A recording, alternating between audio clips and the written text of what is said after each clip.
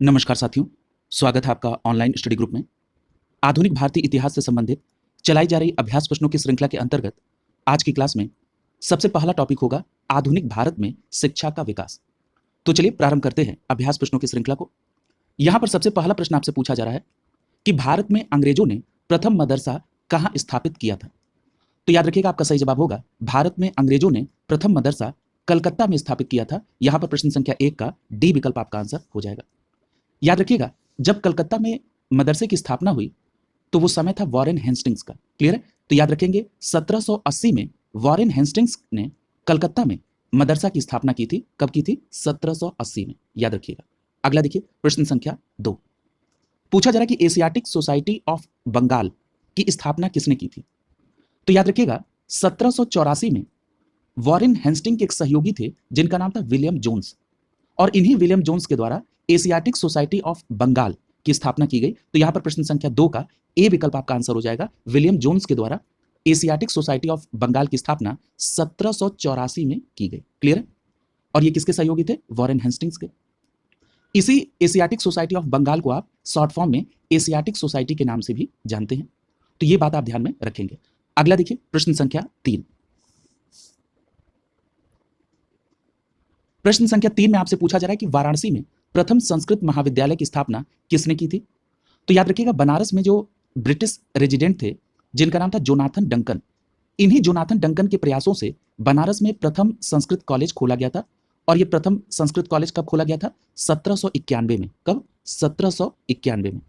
तो याद रखिएगा 1791 में जोनाथन डंकन, जो कि बनारस के ब्रिटिश रेजिडेंट थे, इन्हीं के प्रयासों से बनारस में प्रथम संस्कृत कॉलेज खोला गया था। किसके प्रयास से? Jonathan Duncan. प्रश्न संख्या 3 का ए विकल्प आपका आंसर हो जाएगा। क्लियर है? ईयर भी याद रखेंगे क्योंकि कई बार पूछ लिया जाता है। अगला देखिए, प्रश्न संख्या 4 पूछा जा रहा है कि निम्नलिखित में से किसे पेरिस की रॉयल एशियाटिक सोसाइटी की सदस्यता प्रदान की गई थी। तो यहां पर याद रखिएगा माइकल मधुसूदन को। किसको? माइकल मधुसूदन को पेरिस की रॉयल एशियाटिक सोसाइटी की सदस्यता प्रदान की गई थी। तो यहां पर प्रश्न संख्या 4 का बी विकल्प सही हो जाएगा। याद रखेंगे माइकल मधुसूदन दत्त को पेरिस की रॉयल एशियाटिक सोसाइटी की सदस्यता प्रदान की गई थी। इंपॉर्टेंट प्रश्न है, याद रखिएगा। अगला देखिए, प्रश्न संख्या 5 पूछा जा रहा है कि निम्नलिखित में से किन अंग्रेजों के द्वारा सर्वप्रथम भगवत गीता का अंग्रेजी में अनुवाद किया गया था। यह प्रश्न बहुत जगह पूछा गया है। तो याद रखिएगा, जिस अंग्रेज ने सर्वप्रथम भगवत गीता का अंग्रेजी में अनुवाद किया था उसका नाम था चार्ल्स विल्किंस। क्या नाम था? Charles Wilkins. तो यहां पर प्रश्न संख्या 5 का बी विकल्प आपका आंसर हो जाएगा।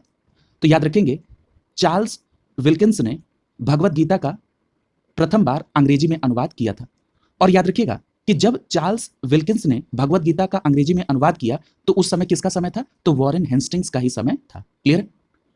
याद रखिएगा, चार्ल्स विल्किंस ने भगवत गीता के साथ साथ हितोपदेश का भी अंग्रेजी में अनुवाद किया था। तो याद रखेंगे भगवत गीता और हितोपदेश, इन दोनों का अंग्रेजी में अनुवाद चार्ल्स विल्किंस ने किया था।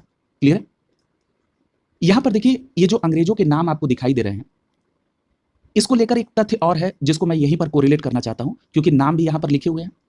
तो देखिए, जब भारत में ये शिक्षा व्यवस्था को लेकर एक चर्चा हो रही थी ब्रिटेन में, तो आप सभी को पता है कि ब्रिटेन में 1813 के चार्टर के तहत 1 लाख रुपए शिक्षा में प्रतिवर्ष अनुदान देने की व्यवस्था की गई थी। तो जब इस पर चर्चा हो रही थी ब्रिटेन के संसद में, तो वहां पर इस बात को लेकर भी चर्चा हुई कि शिक्षा का माध्यम क्या रखा जाए। तो याद रखिएगा, शिक्षा के माध्यम में जब चर्चा हो रही थी तो 2 प्रकार की चर्चा हुई, एक प्राच्यवादियों की और एक थी पाश्चात्यवादियों की। प्राच्यवादी किसे कहते हैं? प्राच्यवादी वो वर्ग था जो कि पारंपरिक शिक्षा पर और शिक्षा का जो माध्यम है वो क्षेत्रीय भाषा हो, इसकी वकालत कर रहा था। कौन? प्राच्यवादी। और जो पाश्चात्यवादी थे वो शिक्षा के माध्यम को अंग्रेजी बनाने की वकालत कर रहे थे। ये जो चार्ल्स विल्किंस हैं जिन्होंने भगवत गीता और हितोपदेश का अंग्रेजी में अनुवाद किया, ये प्राच्यवादी विचारधारा के थे। यानी इन्होंने कहा कि शिक्षा जो हो वो पारंपरिक हो और इसका माध्यम क्षेत्रीय भाषा हो। क्लियर है? चार्ल्स विल्किंस के अलावा यहां पर जो विलियम जोन्स का नाम लिखा है विकल्प ए में, ये भी प्राच्यवादी थे। प्राच्यवादियों की लिस्ट में जेम्स प्रिंसेप भी शामिल थे। और एक नाम और याद रखिएगा, एच विल्सन। H Wilson.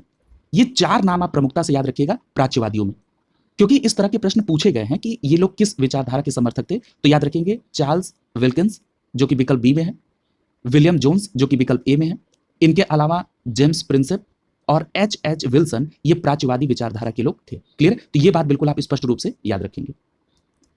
अगला देखिए प्रश्न संख्या 6। पूछा जा रहा है कि निम्नलिखित में से किसने कालिदास की प्रसिद्ध कृति शकुंतला का पहली बार अंग्रेजी में अनुवाद किया? देखिए यहां पर शकुंतला का मतलब है कि जो कालिदास की एक प्रसिद्ध रचना है अभिज्ञान शाकुंतलम, उसके बारे में आपसे पूछा जा रहा है कि अभिज्ञान शाकुंतलम का अंग्रेजी में अनुवाद सर्वप्रथम किसने किया था? तो याद रखिएगा आपका सही जवाब होगा सर विलियम जोन्स ने। किसने? सर विलियम जोन्स ने। तो यहां पर प्रश्न संख्या 6 का डी विकल्प आपका आंसर हो जाएगा। तो याद रखेंगे कालिदास के अभिज्ञान शाकुंतलम का अनुवाद सर विलियम जोन्स ने किया। और एक बात और याद रखिएगा कि जो गीत गोविंद था इसका भी अंग्रेजी अनुवाद विलियम जोन्स ने ही किया था। क्लियर है? तो मैंने 2 नाम अभी बताए हैं जिन्होंने अंग्रेजी में अनुवाद किया। एक नाम मैंने बताया चार्ल्स विल्किंस का, जिन्होंने भगवत गीता और हितोपदेश का अंग्रेजी अनुवाद किया, और दूसरा नाम मैंने बताया सर विलियम जोन्स का, जिन्होंने कालिदास की अभिज्ञान शाकुंतलम और गीत गोविंद का अंग्रेजी में अनुवाद किया। क्लियर है? कोई गलती नहीं होनी चाहिए। अगला देखिए प्रश्न संख्या 7। पूछा जा रहा है कि चार्ल्स वुड का जो आदेश पत्र है वो निम्नलिखित में से किससे संबंधित है? तो देखिए चार्ल्स वुड का जो आदेश पत्र है इसको कहा जाता है वुड घोषणा पत्र। ठीक है, क्या कहते हैं? वुड घोषणा पत्र। तो यहां पर यह संबंधित हो जाएगा शिक्षा से। तो यहां पर प्रश्न संख्या 7 का ए विकल्प सही हो जाएगा। देखिए जो वुड घोषणा पत्र है या जिसको आप कहेंगे कि चार्ल्स वुड का आदेश पत्र है, यह परीक्षा में बहुत पूछा जाता है। तो याद रखिएगा ये जो वुड घोषणा पत्र जारी किया था यह किया था चार्ल्स वुड ने। और ये जो चार्ल्स वुड थे ये बोर्ड ऑफ कंट्रोल के अध्यक्ष थे। क्लियर? यानी उस समय बोर्ड ऑफ कंट्रोल के अध्यक्ष से चार्ल्स वुड, उन्हीं के द्वारा वुड घोषणा पत्र जारी किया गया। और कब किया गया? तो 1854 में। याद रखेंगे जुलाई 1854 को। ये ईयर भी बहुत इंपॉर्टेंट है। वुड घोषणा पत्र कब का है? जुलाई 1854 का। और याद रखिएगा कि इस घोषणा पत्र में भारत में शिक्षा पर एक व्यापक योजना प्रस्तुत की गई। और कई बार आपसे यह भी पूछ लिया जाता है कि निम्नलिखित में से कौन वुड घोषणा पत्र में शामिल है, या पूछ लिया जाता है कौन शामिल नहीं है। तो अगर हम बिल्कुल संक्षिप्त में वुड घोषणा पत्र 1854 पर एक आपको सारांश दे दें इसका, तो याद रखिएगा इसमें कहा गया कि जो जन सामान्य तक शिक्षा की जिम्मेदारी है वो सरकार की है। आपसे यह प्रश्न पूछा गया है कि जन सामान्य तक शिक्षा की जिम्मेदारी सरकार की होगी, ये इस बात का उल्लेख किसमें है? तो आपका जवाब होगा वुड घोषणा पत्र 1854 में। याद रखिएगा इस वुड घोषणा पत्र में प्राथमिक स्तर पर जो भाषा की बात की गई वो क्षेत्रीय भाषा पर जोर दिया गया। वहीं पर माध्यमिक स्तर पर भाषा के संदर्भ में कहा गया कि ये एंग्लो वर्नाकुलर रहेगा। एंग्लो वर्नाकुलर का मतलब? एंग्लो वर्नाकुलर का मतलब है अर्ध अंग्रेजी। और जो उच्च शिक्षा रहेगी वो अंग्रेजी भाषा में, ये कहा गया वुड घोषणा पत्र 1854 में। और याद रखिएगा पहली बार महिला की शिक्षा के लिए अगर कोई प्रयास करता हुआ आयोग दिखा तो वो था वुड घोषणा पत्र में। क्लियर है? साथ ही साथ जो वुड घोषणा पत्र है इसमें व्यावसायिक शिक्षा और शिक्षकों के परीक्षण के संदर्भ में भी, या शिक्षकों के प्रशिक्षण के संदर्भ में भी चर्चा इसमें की गई थी। याद रखिएगा वुड घोषणा पत्र में कहा गया कि जो सरकारी संस्थान होंगे वो धर्मनिरपेक्ष शिक्षा देंगे। क्लियर है? वुड घोषणा पत्र में यह भी कहा गया, आपसे प्रश्न पूछा गया है कि किसमें निजी विद्यालयों को अनुदान देने के लिए कहा गया, यानी निजी विद्यालयों को प्रोत्साहन देने के लिए उनको अनुदान दिया जाए, इस तरह की मांग वुड घोषणा पत्र में कही गई। साथ ही साथ वुड घोषणा पत्र में यह भी कहा गया कि सभी राज्यों को यह निर्देश देना चाहिए कि वो अपने यहां पर शिक्षा विभाग की स्थापना करें। और याद रखिएगा ये जो वुड घोषणा पत्र 1854 है, इसके बाद एक तरह का आप सकारात्मक प्रयास देखते हैं जिस पर पूर्व में भी चर्चा हो चुकी है कि 1857 में 3 प्रेसिडेंसी बंबई, कलकत्ता और मद्रास में विश्वविद्यालय की स्थापना की गई। ठीक है, यानी अगर आपको मान लीजिए कि कभी इस तरह से प्रश्न पूछा जाए कि कलकत्ता, बंबई और मद्रास में विश्वविद्यालय की स्थापना किसके समय में हुई, तो अगर यह चर्चा भी आपको याद है कि नहीं, जब वुड डिस्पैच पर चर्चा हो रही थी तो सर ने बताया था कि उसके बाद ही इन तीनों प्रेसिडेंसी में विश्वविद्यालय बने थे। तो इसका मतलब ये स्पष्ट हो गया कि 1854 के बाद ही का कोई टर्म है। तो यानी 1857 में किसके समय में? तो आप सभी को पता है कि 1857 की जो क्रांति हुई थी वो किसके समय में हुई थी? कैनिंग के समय में हुई थी। यानी कैनिंग के ही समय में इन तीनों प्रेसिडेंसी में विश्वविद्यालय की स्थापना की गई। क्लियर? तो इसी तरह से आप सारे तथ्यों को एक दूसरे से कोरिलेट करके याद रखेंगे। अब आपने चार्ल्स वुड के जो डिस्पैच, यानी जिसको आप चार्ल्स वुड का घोषणा पत्र कहते हैं 1854, बिल्कुल जितना आपको जानकारी चाहिए थी वो आपने ले ली। आगे चलते हैं अगले प्रश्न की तरफ। प्रश्न संख्या 8 देख लीजिए। हाँ, एक बात और मैं यहां पर मेंशन करना चाहूंगा जो मुझे लगता है कि अब यहां से प्रश्न बनने की संभावना है। आपसे यह प्रश्न पूछा जा सकता है कि जो वुड डिस्पैच है 1854, ये किसके समय में, उस समय गवर्नर जनरल कौन था? तो याद रखिएगा जब वुड घोषणा पत्र हुआ 1854 तो उस समय गवर्नर जनरल थे लॉर्ड डलहौजी। कौन थे? लॉर्ड डलहौजी। ये प्रश्न भी आप ध्यान में रखेंगे। अगला देखिए प्रश्न संख्या 8। पूछा जा रहा है कि हंटर कमीशन रिपोर्ट में विकास पर जोर दिया गया किस क्षेत्र में?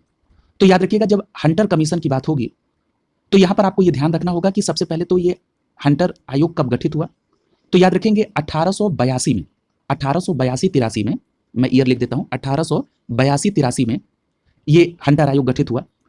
अब ये प्रश्न उठता है किसकी अध्यक्षता में, तो याद रखेंगे 1882 में हंटर की अध्यक्षता में एक आयोग का गठन हुआ। और उद्देश्य क्या था इस आयोग के गठन का, तो जो 1854 में वुड घोषणा पत्र आया, उसके बाद शिक्षा के क्षेत्र में क्या प्रगति की गई, इस बात की समीक्षा के लिए ये हंटर आयोग गठित हुआ डब्ल्यू हंटर की अध्यक्षता में। और इस आयोग ने जब अपनी रिपोर्ट दी तो उसमें मुख्य रूप से प्राथमिक शिक्षा और माध्यमिक शिक्षा पर विशेष जोर दिया था। और यही प्रश्न आपकी इस में पूछा जा रहा है प्रश्न संख्या 8 में। तो यहां पर आपका सही जवाब क्या हो जाएगा, हंटर कमीशन की जो रिपोर्ट थी उसमें विशेष जोर दिया गया था प्राथमिक शिक्षा पर। तो यहां पर प्रश्न संख्या 8 का सी विकल्प सही हो जाएगा। अगर हम संक्षिप्त चर्चा कर लें हंटर रिपोर्ट की, यानी हंटर आयोग ने जो रिपोर्ट दी उस पर, तो ईयर तो आपने देख लिया 1882 से 83 के बीच में। हंटर आयोग ने कहा कि जो प्राथमिक स्तर की शिक्षा है उसको क्षेत्रीय भाषा पर संचालित करना चाहिए। और साथ ही साथ उन्होंने कहा कि जो प्राथमिक स्तर की जो शिक्षा व्यवस्था है इस पर नियंत्रण जिला का और लोकल बॉडी का यानी नगरपालिका बोर्ड का होना चाहिए, ये उनका सजेशन था। साथ ही साथ उन्होंने माध्यमिक स्तर के लिए कहा कि माध्यमिक स्तर पर शिक्षा की 2 शाखा होनी चाहिए, एक साहित्यिक शाखा जिसमें लोग साहित्यिक शिक्षा लेने के बाद आगे विश्वविद्यालय शिक्षा की ओर बढ़े, और जो दूसरी शाखा का उल्लेख किया वो था व्यवसायिक शाखा जिसमें विद्यार्थी रोजगार परक शिक्षा को पढ़ें। ठीक है, तो ये किसमें था, हंटर आयोग में। साथ ही साथ महिला शिक्षा में क्या कमियां हैं इनको भी उजागर किया किसने, हंटर आयोग में। और ये जो मैं तथ्य आपको बता रहा हूं ये किसी न किसी तरह से आपसे परीक्षाओं में पूछे गए हैं, उनको मैं एक जगह दे रहा हूं। और एक बात और याद रखिएगा कि जो जैसे मैंने बताया कि वुड घोषणा पत्र के बाद 3 प्रेसिडेंसी में कलकत्ता, मद्रास और बंगाल में, कलकत्ता, मद्रास और बंबई में विश्वविद्यालय गठित हुआ, ठीक उसी प्रकार से हंटर आयोग की संस्तुति के बाद जो शिक्षा क्षेत्र में प्रयास हुए अच्छे, उसका परिणाम यह हुआ कि 1882 में पंजाब में विश्वविद्यालय और 1887 में एयू का मतलब इलाहाबाद यूनिवर्सिटी, इसका गठन किया गया। क्लियर, तो ये बात भी आप ध्यान में रखेंगे। और जिस तरह मैंने बताया कि वुड घोषणा पत्र जब आया था तो उस समय गवर्नर जनरल लॉर्ड डलहौजी था, उसी तरह याद रखेंगे कि जो हंटर आयोग था उस समय रिपन का समय था। किसका था, रिपन का। तो इतनी बात आप निश्चित रूप से याद रखिएगा। और मैं आपको बार बार ये कह रहा हूं कि अगर आप नोट्स बनाकर इसको संक्षिप्त में नोट डाउन करते चलेंगे तो आपके लिए लास्ट में रिवीजन के लिए अच्छा रहेगा। कुछ लोगों की चिंताएं कमेंट बॉक्स के माध्यम से आई हैं कि उनके पास कुछ सब्जेक्ट के नोट्स अवेलेबल नहीं है, वो किसी कारण बस उन सब्जेक्ट के नोट्स नहीं बना पाए हैं। कोई दिक्कत नहीं है, जिनका हिस्ट्री और पॉलिटी का नोट्स नहीं होगा वो इस लेक्चर को स्टार्ट से देखेंगे और 1 बाय 1 अपने शॉर्ट नोट्स को तैयार करते चलेंगे। देखिए, शॉर्ट नोट्स की परीक्षा के लास्ट समय में, जब परीक्षा कल होने का लास्ट ड्यूरेशन होता है, तो उस समय उसकी भूमिका बहुत अहम हो जाती है। और याद रखिएगा, जब कभी भी शॉर्ट नोट्स बनता है तो आपको अपने अकॉर्डिंग कि आपको कौन सी चीज ऐसी लग रही है कि जो आपको लास्ट में रिवीजन के लिए बहुत जरूरी है लिखना, या जैसे मान लीजिए ऐसा नहीं है कि मैं नोट्स कह रहा हूं तो आपने पूरी किताब या पूरे लेक्चर को ही उसमें छाप दिया। आपको यह देखना है कि मुझको क्या चीज लास्ट में रिवाइज करना आवश्यक है, कौन सा ऐसा पार्ट है जो मैं बार बार भूल जाता हूं या भूल जाती हूं। ठीक है, तो इस पर ध्यान देते हुए आप अपने शॉर्ट नोट्स को बनाएंगे और आगे जो भी 1 बाय 1 सब्जेक्ट कंप्लीट कराए जाएंगे उस समय आपको उस तरह से उसको एक्सप्लेन किया जाएगा कि एक आपका अच्छा शॉर्ट नोट्स तैयार हो पाए। चलिए अब हम लोग चलते हैं प्रश्न संख्या 9 की तरफ। प्रश्न संख्या 9 में पूछा जा रहा है कि नेशनल काउंसिल ऑफ एजुकेशन की स्थापना कब हुई थी। तो याद रखिएगा, नेशनल काउंसिल ऑफ एजुकेशन की जो स्थापना हुई थी वो 15 अगस्त 1906 को हुई थी। कब हुई थी, 15 अगस्त 1906 को। तो यहां पर याद रखेंगे प्रश्न संख्या 9 का डी विकल्प सही हो जाएगा। 15 अगस्त 1906 को राष्ट्रीय शिक्षा परिषद अर्थात नेशनल काउंसिल ऑफ एजुकेशन की स्थापना की गई थी। ये फैक्ट आप ध्यान में रखेंगे। अगला देखिए प्रश्न संख्या 10, पूछा जा रहा है कि सैडलर आयोग संबंधित है। देखिए, जो सैडलर आयोग है ये शिक्षा से संबंधित है, तो यहां पर प्रश्न संख्या 10 का सी विकल्प सही हो जाएगा। देखिए, जो सैडलर आयोग है इसके विचार में जो विश्वविद्यालय की शिक्षा में सुधार होना है उसके लिए आपको माध्यमिक शिक्षा में भी सुधार लाने की आवश्यकता है। और बेसिकली कलकत्ता विश्वविद्यालय के लिए इस प्रकार के सैडलर आयोग की स्थापना की गई। और अगर आपसे यह प्रश्न पूछा जाए कि सैडलर आयोग किस वर्ष हुआ गठित, तो याद रखेंगे 1917 में। कब, 1917 में। ठीक है, यहां पर एक बात और याद रखिएगा कि ये जो सैडलर आयोग था इसके गठन के समय से 1 साल पहले यानी 1916 से लेकर 1921 तक 7 नए विश्वविद्यालय गठित किए गए भारत में। क्लियर है, तो ये भी बात आप ध्यान में रखेंगे। अगला देखिए प्रश्न संख्या 11। प्रश्न संख्या 11 में आपसे पूछा जा रहा है कि शिक्षा में सुधार के लिए ब्रिटिश सरकार ने सैडलर विश्वविद्यालय आयोग कब गठित किया। तो अभी चर्चा हुई थी कि सैडलर विश्वविद्यालय आयोग का गठन 1917 में हुआ था। तो यहां पर प्रश्न संख्या 11 का बी विकल्प सही हो जाएगा। जैसे अभी ऊपर चर्चा हुई कि वुड डिस्पैच के समय गवर्नर जनरल लॉर्ड डलहौजी था, हंटर आयोग के समय रिपन का शासन था, तो ठीक उसी तरह से सैडलर विश्वविद्यालय आयोग के समय किसका समय था? तो याद रखेंगे चेम्सफोर्ड का। किसका था? चेम्सफोर्ड का। इस तरह की मैचिंग आपसे पूछे जा चुकी है। क्लियर? अगला देखिए प्रश्न संख्या 12। पूछा जा रहा है कि लॉर्ड मैकाले किससे संबंधित है? तो याद रखिएगा ये जो लॉर्ड मैकाले का संबंध है ये अंग्रेजी शिक्षा से है। याद रखेंगे ये प्रश्न बहुत महत्वपूर्ण है कि लॉर्ड मैकाले का संबंध किससे है? अंग्रेजी शिक्षा से है। क्लियर? यहां पर एक बात याद रखिएगा कि समय था विलियम बेंटिंग का। क्लियर है? और भारतीय शिक्षा पद्धति में जो भाषा संबंधी विवाद चल रहा था, जिसका मैंने ऊपर आपसे जिक्र भी किया था, उसका विवरण देने के लिए विलियम बेंटिंग ने अपनी जो काउंसिल थी उसमें एक विधि सदस्य थे लॉर्ड मैकाले।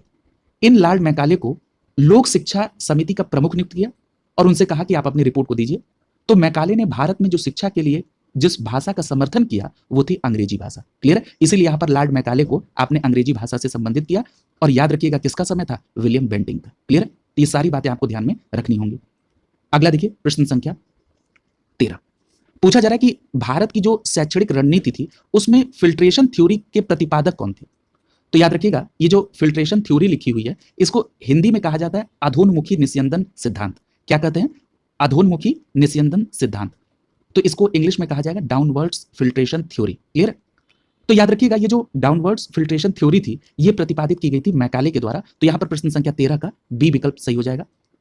ये उन्हीं मैकाले की बात हो रही है जिन्होंने इंग्लिश शिक्षा की वकालत की थी। और मैकाले के संदर्भ में एक बात और मैं आपको बता दूं कि इस मैकाले ने एक स्टेटमेंट दिया कि यूरोप के अच्छे पुस्तकालय की अलमारी भारत और अरब साहित्य के जो मूल्य है उससे ज्यादा मूल्यवान है।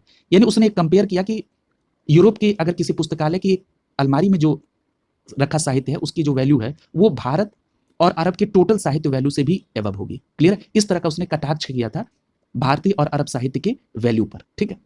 किसने? मैकाले ने। तो ये बात आप यहां पर देख रहे थे। अब एक बात और यहां पर स्पष्ट करना आवश्यक है कि हो सकता है कि कभी आपसे फिल्ट्रेशन थ्योरी के संदर्भ में कुछ बात पूछ ली जाए। तो याद रखिएगा संक्षिप्त में कि जो फिल्ट्रेशन थ्योरी थी डाउनवर्ड्स फिल्ट्रेशन थ्योरी, इसमें इस बात पर सोचा गया कि भारत में एक उच्च वर्ग या मध्य वर्ग में एक ऐसे छोटे से हिस्से को शिक्षित किया जाए ताकि एक ऐसा वर्ग तैयार हो जो कि भारतीय तो हो देखने में लेकिन उसका आचरण, उसका व्यवहार, उसकी कार्य पद्धति वो ब्रिटिशर्स जैसी हो। क्लियर? यानी देखने में भारतीय हो लेकिन अंदर से सारी थिंकिंग, सारी चीजें वो ब्रिटिशर्स की तरह से रिएक्ट करे। और ये जो वर्ग तैयार किया जाए ये सरकार और जनता के बीच में मीडिएटर का काम करे और धीरे धीरे अपने सोसाइटी में, अपने समाज में लोगों को इस शिक्षा को फैलाता है। इसीलिए इसका नाम पड़ा फिल्ट्रेशन थ्योरी। फिल्टर करके नीचे तक बूंद बूंद करते हुए पहुंचाए। क्लियर? तो ये पूरा आप समझ गए। और ये पूरी कहानी किसकी रची हुई थी? मैकाले की। क्लियर? अगला चलिए प्रश्न संख्या 14। जहां पर आवश्यकता होगी डिटेल चर्चा की वहां पर डिटेल चर्चा की जाएगी और जहां पर केवल फैक्ट से ही काम चल जाए वहां पर फैक्ट से ही काम चलाकर आगे बढ़ेंगे। प्रश्न संख्या 14 में आपसे पूछा जा रहा है कि भारत में जो आधुनिक शिक्षा प्रणाली की नींव पड़ी ये किसके द्वारा? तो याद रखिएगा भारत में जो आधुनिक शिक्षा प्रणाली की नींव पड़ी थी वो 1835 के मैकाले स्मरण पत्र से पड़ी थी। तो यहां पर प्रश्न संख्या 14 का जो सही जवाब हो जाएगा वो क्या हो जाएगा? विकल्प बी सही हो जाएगा। तो याद रखेंगे 1835 के मैकाले के स्मरण पत्र के माध्यम से भारत में आधुनिक शिक्षा प्रणाली की नींव पड़ी। ठीक है? याद रखेंगे, इंपॉर्टेंट है। अगला देखिए प्रश्न संख्या 15 और आपसे पूछा जा रहा है कि किसके शासनकाल में भारत में अंग्रेजी शिक्षा प्रारंभ हुई थी? बहुत अच्छा प्रश्न है और मैंने अभी एक्सप्लेन करते हुए यहां पर थोड़ा सा जोर भी आपको दिया था। तो याद रखिएगा जो कमेटी बनाई थी उसमें मैकाले को रखा गया था कि आप अपनी अनुशंसा दीजिए। तो मैकाले ने अंग्रेजी शिक्षा माध्यम हो इस पर उसने वकालत की थी। लेकिन यहां पूछा जा रहा है किसके शासनकाल में? प्रश्न को ध्यान से देखिएगा। तो शासनकाल किसका था? लॉर्ड विलियम बेंटिंग का। क्लियर है? क्योंकि देखिए अभी आपने पढ़ा कि आधुनिक शिक्षा जो आई वो 35 में, ठीक है, मैकाले के परिपत्र के द्वारा। तो ये जो लॉर्ड विलियम बेंटिंग का ड्यूरेशन है ये भी 1828 से 35 तक का है। ठीक है? तो यहां पर इस तरह भी आप इसको कोरिलेट कर सकते हैं। तो प्रश्न संख्या 15 का ए विकल्प आपका आंसर हो जाएगा। तो याद रखेंगे लॉर्ड विलियम बेंटिंग के ही समय में 1835 में मैकाले का प्रस्ताव आया और इसके माध्यम से भारत में उच्च शिक्षा के माध्यम के लिए अंग्रेजी भाषा का चुनाव किया गया। अगला देखिए प्रश्न संख्या 16। पूछा जा रहा है कि भारत में प्रथम 3 विश्वविद्यालय कलकत्ता, मद्रास और बंबई, इसकी स्थापना किस वर्ष हुई थी? तो देखिए इस पर चर्चा हुई थी और हम लोगों ने कहा था कि 1854 का जो वुड डिस्पैच है उसके बाद लंदन विश्वविद्यालय के तर्ज पर भारत में 3 विश्वविद्यालय बने, कलकत्ता, मद्रास और बंबई में। और उस समय शासन किसका था? 1857 में कैनिंग का समय था। तो यहां पर प्रश्न संख्या 16 का ए विकल्प आपका आंसर हो जाएगा। देखिए इतनी जगहों से कोरिलेट करने का केवल बस एक पर्पज है कि अगर मान लीजिए कि कोई एक एग्जैक्ट तथ्य आप भूलते हैं, तो अगर आपको ये कहानियां पता होंगी तो आप उसको कहीं ना कहीं उसका तार जोड़ ले जाएंगे। क्लियर है? अगला देखिए प्रश्न संख्या 17। पूछा जा रहा है कि किसके सतत प्रयत्नों से बंबई में प्रथम महिला विश्वविद्यालय की स्थापना की गई। बहुत अच्छा प्रश्न है और बहुत अच्छा प्रयास है। तो याद रखिएगा, डीके कर्वे साहब के इनिशिएटिव से 1916 में बंबई में पहली महिला विश्वविद्यालय की स्थापना की गई। तो यहां पर प्रश्न संख्या 17 का बी विकल्प सही हो जाएगा, डीके कर्वे। तो याद रखेंगे, डीके कर्वे साहब के इनिशिएटिव से 1916 में, कब? 1916 में बंबई में प्रथम महिला विश्वविद्यालय की स्थापना की गई। और ये जो डॉक्टर डीके कर्वे साहब हैं, ये महाराष्ट्र के क्षेत्र में एक समाज सुधारक के तौर पर जाने जाते हैं। अगला देख लीजिए प्रश्न संख्या 18। और आपसे पूछा जा रहा है कि डेक्कन एजुकेशन सोसाइटी की स्थापना से कौन संबंधित है। तो याद रखिएगा, ये जो डेक्कन एजुकेशन सोसाइटी है, इसकी स्थापना से यहां पर विकल्प में सी विकल्प से हो जाएगा, बीजी तिलक संबंधित है। ठीक है, यानी बाल गंगाधर तिलक, यानी प्रश्न संख्या 18 का सी विकल्प यहां पर सही हो जाएगा। अब जरा ये जो डेक्कन एजुकेशन सोसाइटी है, इसका जरा एक प्रॉपर क्रम है, उसको जरा देखिए, तब आपको इससे संदर्भित मान लीजिए कि कुछ घुमा के प्रश्न पूछे तब भी आप करने की स्थिति में होंगे। ये जो डेक्कन एजुकेशन सोसाइटी की स्थापना हुई, वो मूल रूप से तब हुई जब 1880 में न्यू इंग्लिश स्कूल का प्रारंभ किया गया पुणे में। क्लियर है? लेकिन औपचारिक तौर पर अगर हम लोग बात करें तो 1884 में, औपचारिक तौर पर 1884 में डेक्कन एजुकेशन सोसाइटी को गठित किया गया। और जो ये डेक्कन एजुकेशन सोसाइटी एक संस्था थी, इसके संस्थापक में अभी आपने देखा बीजी तिलक थे। इसके अलावा भी आपको कुछ नाम याद रखने होंगे, जैसे वीके चिपलूडकर, बीजी तिलक अभी आपने देखा। उसके बाद एमवी नाम जोशी और गोपाल गणेश आगरकर। ये नाम चार आपको ध्यान रखने होगा, वीके चिपलूडकर, बीजी तिलक, एमवी नाम जोशी और गोपाल गणेश आगरकर। क्योंकि हो सकता है कि आगे आपसे बीजी तिलक का नाम न देकर लिख दे कि गोपाल गणेश आगरकर, तो अगर आपको ये नहीं पता होगा तो फिर वहां पर दिक्कत हो जाएगी। तो इस चारों नाम को आप नोट डाउन कर लेंगे। अगला देख लीजिए प्रश्न संख्या 19। पूछा जा रहा है कि निम्नलिखित कॉलेजों में सर्वप्रथम किसकी स्थापना की गई थी। तो इसके लिए तो सभी कॉलेजों की स्थापना ईयर को देखना होगा। अगर हम हिंदू कॉलेज कलकत्ता की बात करें तो हिंदू कॉलेज कलकत्ता की स्थापना 1817 में कब हुई थी? 1817 में हिंदू कॉलेज कलकत्ता की स्थापना। वही दिल्ली कॉलेज की स्थापना का जो ईयर है वो 1824 है। कब है? 1824 में। मेयो कॉलेज की जो स्थापना है वो 1875। और जो मुस्लिम एंग्लो ओरिएंटल कॉलेज है, इसकी स्थापना भी 1875 में। ठीक है, तो याद रखेंगे मेयो कॉलेज और मुस्लिम एंग्लो ओरिएंटल कॉलेज 1875 में। तो यहां पर सबसे पहले किसकी स्थापना हुई? हिंदू कॉलेज कलकत्ता की। यहां पर हिंदू कॉलेज कलकत्ता के संदर्भ में एक बात और याद रखिएगा कि जो हिंदू कॉलेज कलकत्ता, इसकी स्थापना राजा राम मोहन राय ने की थी 1817 में। और यह भी पूछ लिया जाता है कि ये किसके प्रयासों से राजा राम मोहन राय ने 1817 में हिंदू कॉलेज की स्थापना कलकत्ता में की। तो आपको दो नाम याद रखना है, डेविड हेयर का और अलेक्जेंडर डफ का। डेविड हेयर और अलेक्जेंडर डफ। क्लियर? अगला देख लीजिए प्रश्न संख्या 20। देखिए अगला ही प्रश्न इससे संबंधित आ गया। देखिए यही मैं नाम कर रहा था, डेविड हेयर और अलेक्जेंडर डफ। इन्हीं दोनों लोगों के प्रयास से कलकत्ता में हिंदू कॉलेज की स्थापना किसने की थी? राजा राम मोहन राय ने। तो यहां पर प्रश्न संख्या 20 का सही जवाब होगा विकल्प डी। और ईयर भी याद रखेंगे 1817 में। कब? 1817 में। अगला देख लीजिए प्रश्न संख्या 21। पूछा जा रहा है कि निम्नलिखित में से सर्वप्रथम केंद्रीय विश्वविद्यालय किसे घोषित किया गया। तो याद रखिएगा यहां पर जो विश्वविद्यालय के नाम लिखे गए हैं, इसमें सबसे पहले जो केंद्रीय विश्वविद्यालय घोषित किया गया वो घोषित किया गया बीएचयू को, यानी बनारस हिंदू विश्वविद्यालय वाराणसी को। तो यहां पर प्रश्न संख्या 21 का सी विकल्प सही हो जाएगा।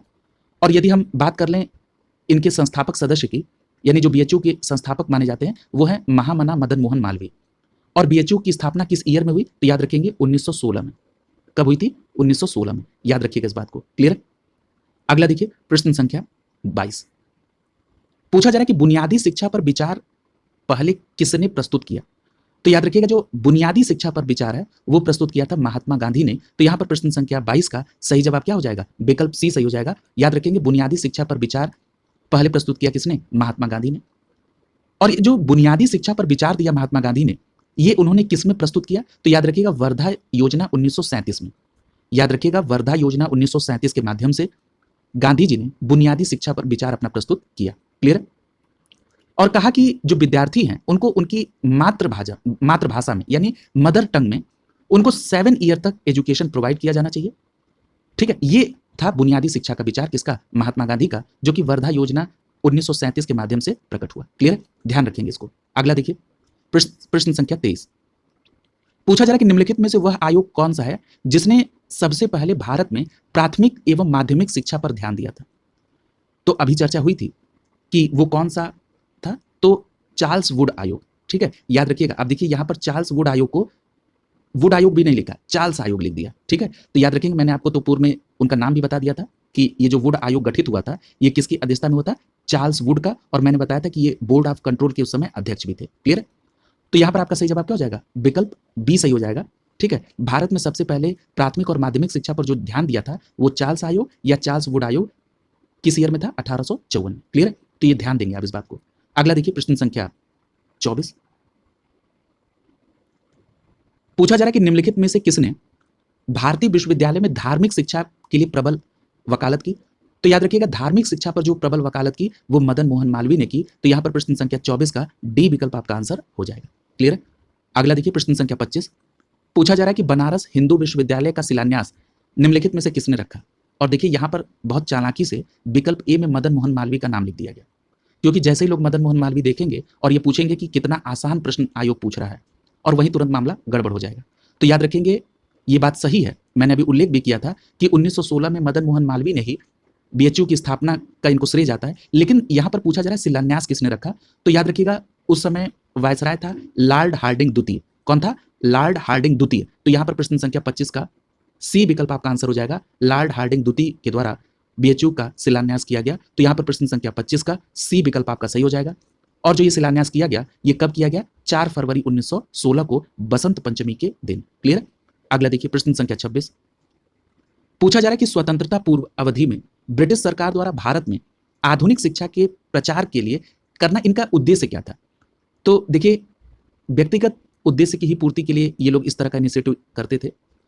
यानी जो ब्रिटिशर्स ने भारत में आधुनिक शिक्षा के प्रचार का इनिशिएटिव लिया, उसके पीछे देखिए क्या भूमिका थी कि जो छोटे प्रशासनिक पद हैं इन पर नियुक्ति के लिए हमको एक शिक्षित भारतीय वर्ग मिल जाए। क्लियर है? तो यहाँ पर प्रश्न संख्या 26 का ए विकल्प ही आपका आंसर हो जाएगा कि ब्रिटिशर्स का मानना था कि जो छोटे प्रशासनिक पद हैं उन पर शिक्षित भारतीयों की आवश्यकता है, जिनको अंग्रेजी भाषा का ज्ञान दिया जाए, और इस प्रकार के छोटे कर्मचारियों की जो कि शिक्षित हो उनके लिए ब्रिटिश सरकार ने भारत में आधुनिक शिक्षा का प्रचार प्रसार किया।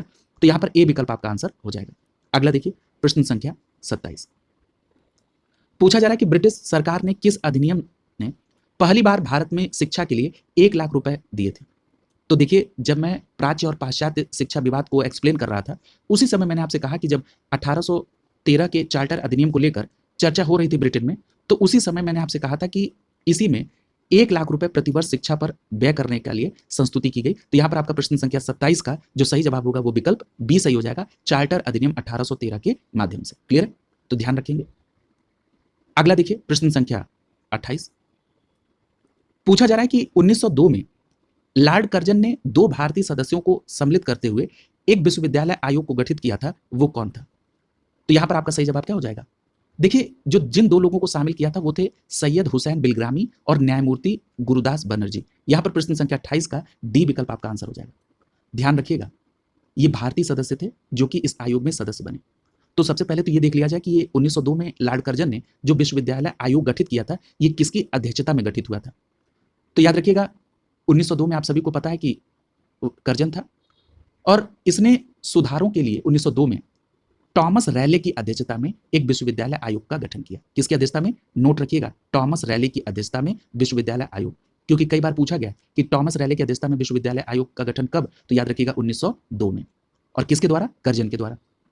और इसी आयोग में 2 भारतीय सदस्यों को, जिनका नाम सैयद हुसैन बिलग्रामी और न्यायमूर्ति गुरुदास बनर्जी है, इनको इसमें शामिल किया गया। क्लियर है?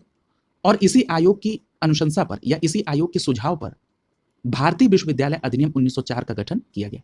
भारतीय विश्वविद्यालय अधिनियम 1904, याद करिए वायसराय और गवर्नर जनरल वाली क्लास, क्या मैंने ये बात वहां पर एक्सप्लेन नहीं की थी?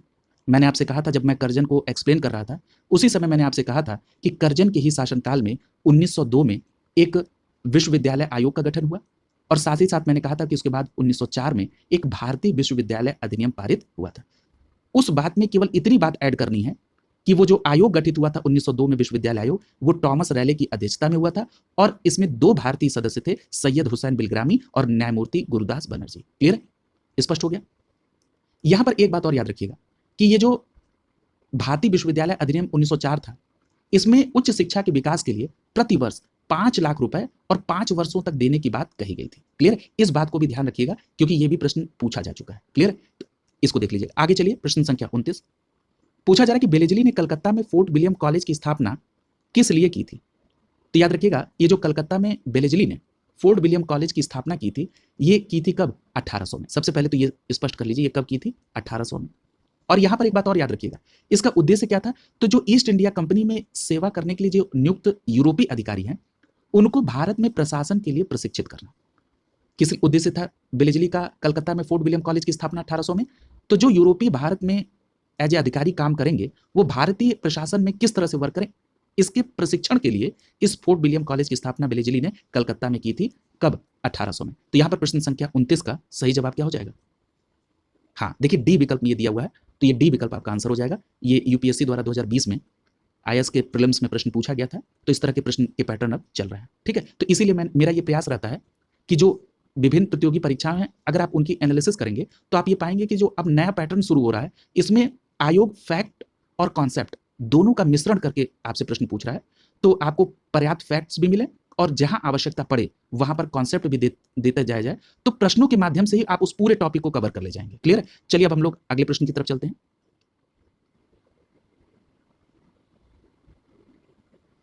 यहां पर देखिए, आधुनिक भारत में जो शिक्षा संबंधी जो टॉपिक था, उसमें जो भी प्रश्न थे वो यहां पर कंप्लीट हो गए हैं। देखिए, यहां पर जो ये आधुनिक भारत में शिक्षा को लेकर जो प्रश्न थे, इसमें कुछ आयोग इसमें मेंशन नहीं था या वहां से अभी प्रश्न नहीं पूछे गए, तो जरा मैं उसको भी यहीं पर कोरिलेट कर दूं। तो देखिए, आपने 1854 का वुड डिस्पैच देख लिया और आपने ये देखा था कि 1854 का जो वुड डिस्पैच था, ये लॉर्ड डलहौजी के समय आया। उसके बाद आपने देखा था कि 1882 में हंटर की अध्यक्षता में एक हंटर आयोग गठित हुआ था, और जब हंटर आयोग गठित हुआ था तो उस समय किसका शासनकाल था? तो आपने देखा था कि उस समय रिपन का शासनकाल था। उसके बाद आपने देखा था कि 1917 में एक सैडलर विश्वविद्यालय आयोग बना, और ये जो सैडलर विश्वविद्यालय आयोग गठित हुआ था, ये 1917 में हुआ था। किसके समय में? चैम्सफोर्ड के समय में हुआ था।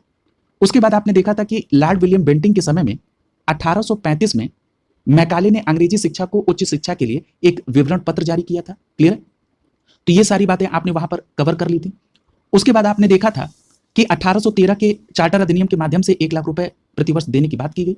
और अगर मैं आयोग की बात करूं तो आपने ये पढ़ा कि लॉर्ड कर्जन के शासनकाल में टॉमस रैले की अध्यक्षता में एक विश्वविद्यालय आयोग का गठन किया गया, और इसके अनुशंसा के आधार पर एक भारतीय विश्वविद्यालय अधिनियम 1904 बना। यहां तक आपने देख लिया। तो यहां के बाद भी कुछ ऐसे आयोग हैं जिनको आपको जरूर कंप्लीट करना चाहिए।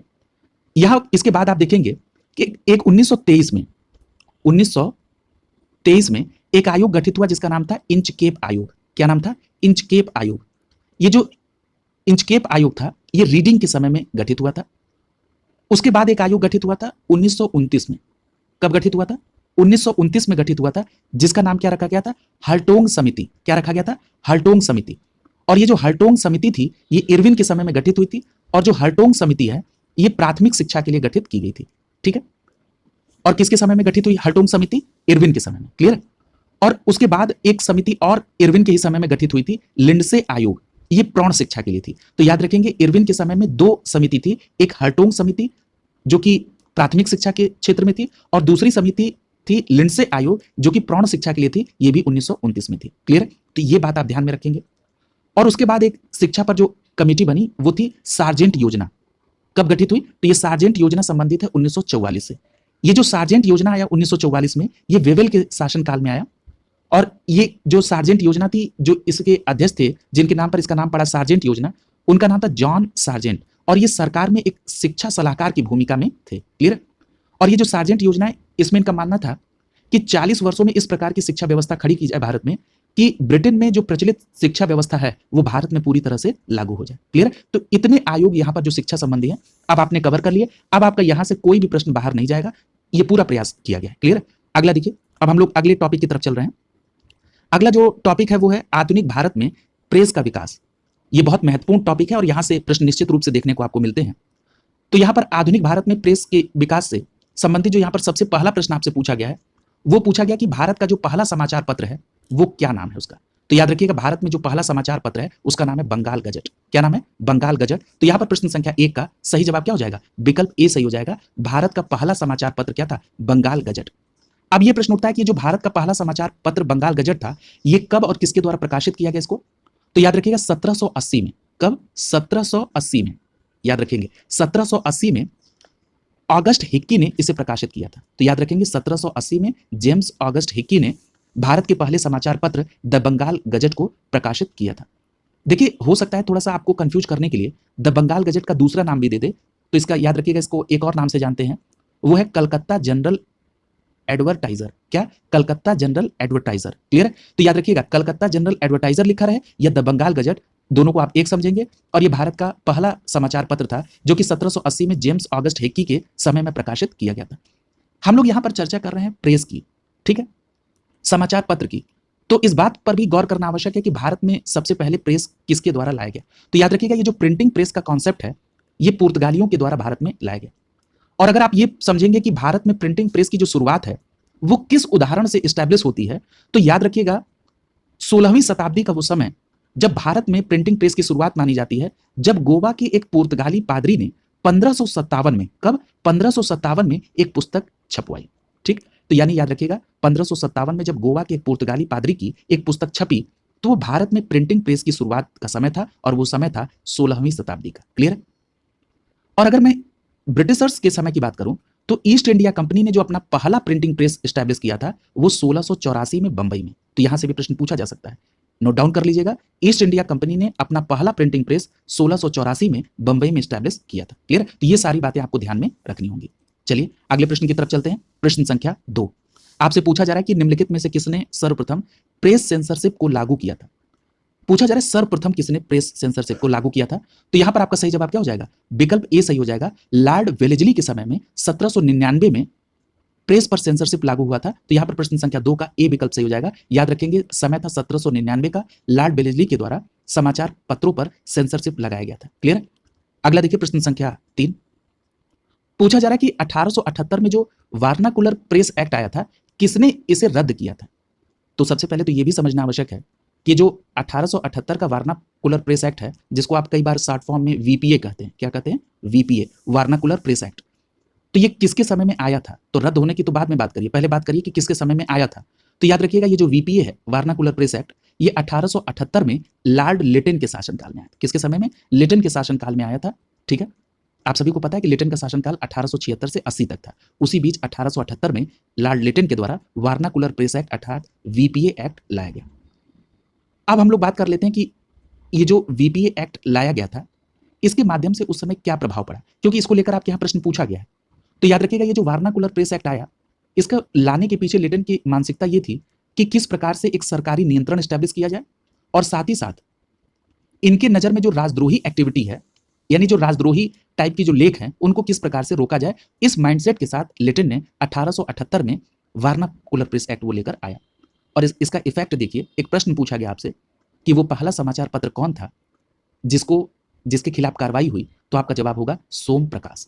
क्लियर? यानी वार्नाकुलर प्रेस एक्ट 1878 का जो इम्पैक्ट पड़ा सबसे पहले जिस समाचार पत्र पर, वो था सोम प्रकाश। और सोम प्रकाश किससे संबंधित है? ईश्वर चंद्र विद्यासागर से। क्लियर?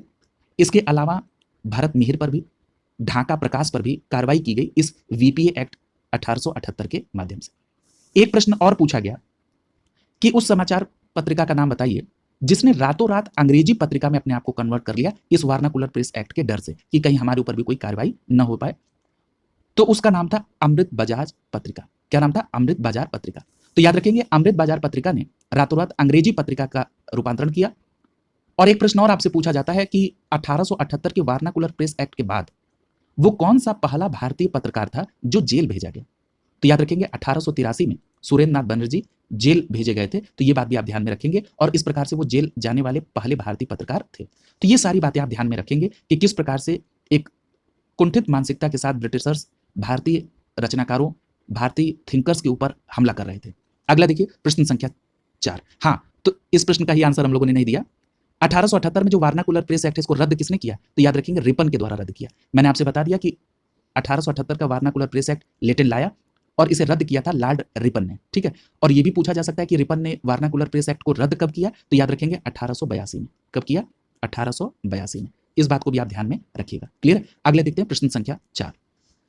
इसमें पूछा जा रहा है कि वार्नाकुलर प्रेस एक्ट के प्रवर्तन कौन थे। तो आपका सही जवाब क्या होगा? विकल्प ए सही हो जाएगा, लॉर्ड लिटन ने। और कब किया था? 1878 में। ठीक है, तो ये बात ध्यान में रखेंगे।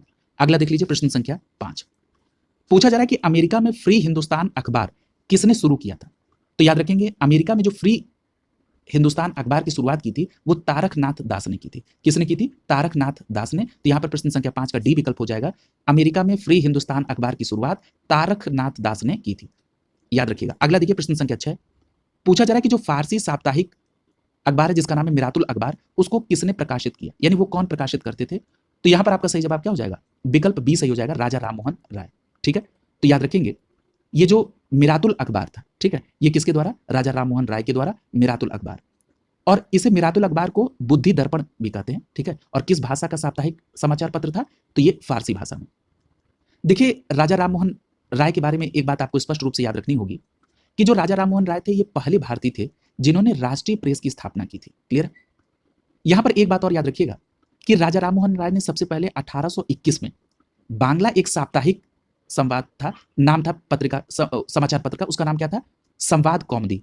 तो याद रखेंगे राजा राममोहन राय ने 1821 में बांग्ला साप्ताहिक संवाद कौमुदी यानी प्रज्ञा का चांद इसका प्रकाशन प्रारंभ किया।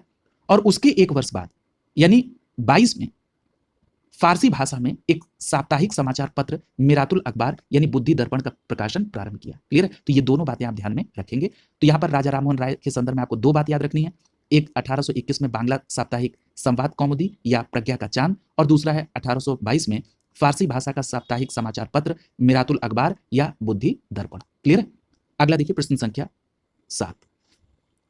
पूछा जा रहा है कि 1880 के दशक में इंडियन मिरर अखबार कहां पर प्रकाशन होता था इसका? तो याद रखेंगे ये जो 1880 के दशक में इंडियन मिरर अखबार का प्रकाशन होता था वो कलकत्ता में होता था। ठीक है, तो यहां पर प्रश्न संख्या 7 का बी विकल्प आपका आंसर हो जाएगा। याद रखिएगा अगर ये पूछ लिया जाए कि ये जो इंडियन मिरर जो प्रकाशित होता था इसको किसके द्वारा स्थापित किया गया था, तो याद रखेंगे इंडियन मिरर की स्थापना 1861 में कब हुई थी? 1861 में देवेंद्रनाथ टैगोर और मनमोहन घोष के द्वारा की गई थी। तो याद रखेंगे इंडियन मिरर की स्थापना 1861 में देवेंद्रनाथ टैगोर और मनमोहन घोष के द्वारा की गई, और इसका जो प्रकाशन किया गया वो कहां से किया गया? कलकत्ता से। क्लियर है? अगला देख लीजिए प्रश्न संख्या 8। प्रश्न संख्या 8 में आपसे पूछा जा रहा है कि गदर पत्र का पहला अंक निम्नलिखित में से किस भाषा में प्रकाशित हुआ था? तो याद रखिएगा जो गदर अंक का पहला अंक प्रकाशित हुआ गदर का वो उर्दू भाषा में प्रकाशित हुआ था। तो यहां पर प्रश्न संख्या 8 का ए विकल्प सही हो जाएगा। याद रखेंगे गदर का जो पहला अंक प्रकाशित हुआ किस भाषा में? उर्दू भाषा में प्रकाशित हुआ, और उसके बाद जो अंक छपा वो गुरुमुखी में छपा। ये जो गदर है ये मराठी, हिंदी, अंग्रेजी और गुजराती में भी प्रकाशित हुआ, और गदर का एक अंक ऐसा भी है जो पख्तूनी भाषा में भी प्रकाशित हुआ था। तो याद रखेंगे इन सभी बातों को कि मराठी, हिंदी, अंग्रेजी, गुजराती के साथ साथ एक अंक पख्तूनी भाषा में भी प्रकाशित हुआ था। और सबसे महत्वपूर्ण बात यह है कि जो गदर का सैन फ्रांसिस्को में जो इसका कार्यभार देख रहे थे वो लाला हरदयाल थे। ठीक है, तो ये भी बात आप ध्यान में रखेंगे। अगला देखिए प्रश्न संख्या 9। कुमार घोष ने कलकत्ता में की थी, तो यहां पर प्रश्न संख्या 9 का डी विकल्प से हो जाएगा। शिशिर कुमार घोष ने कलकत्ता में अमृत बाजार पत्रिका की स्थापना की थी। प्रश्न संख्या 9 का डी विकल्प आपका आंसर हो जाएगा। अगला देखिए प्रश्न संख्या 10। पूछा जा रहा है कि लोकमान्य बाल गंगाधर तिलक ने भारतीय स्वतंत्रता संग्राम की सेवा के उद्देश्य से कौन सा समाचार पत्र प्रारंभ किया था?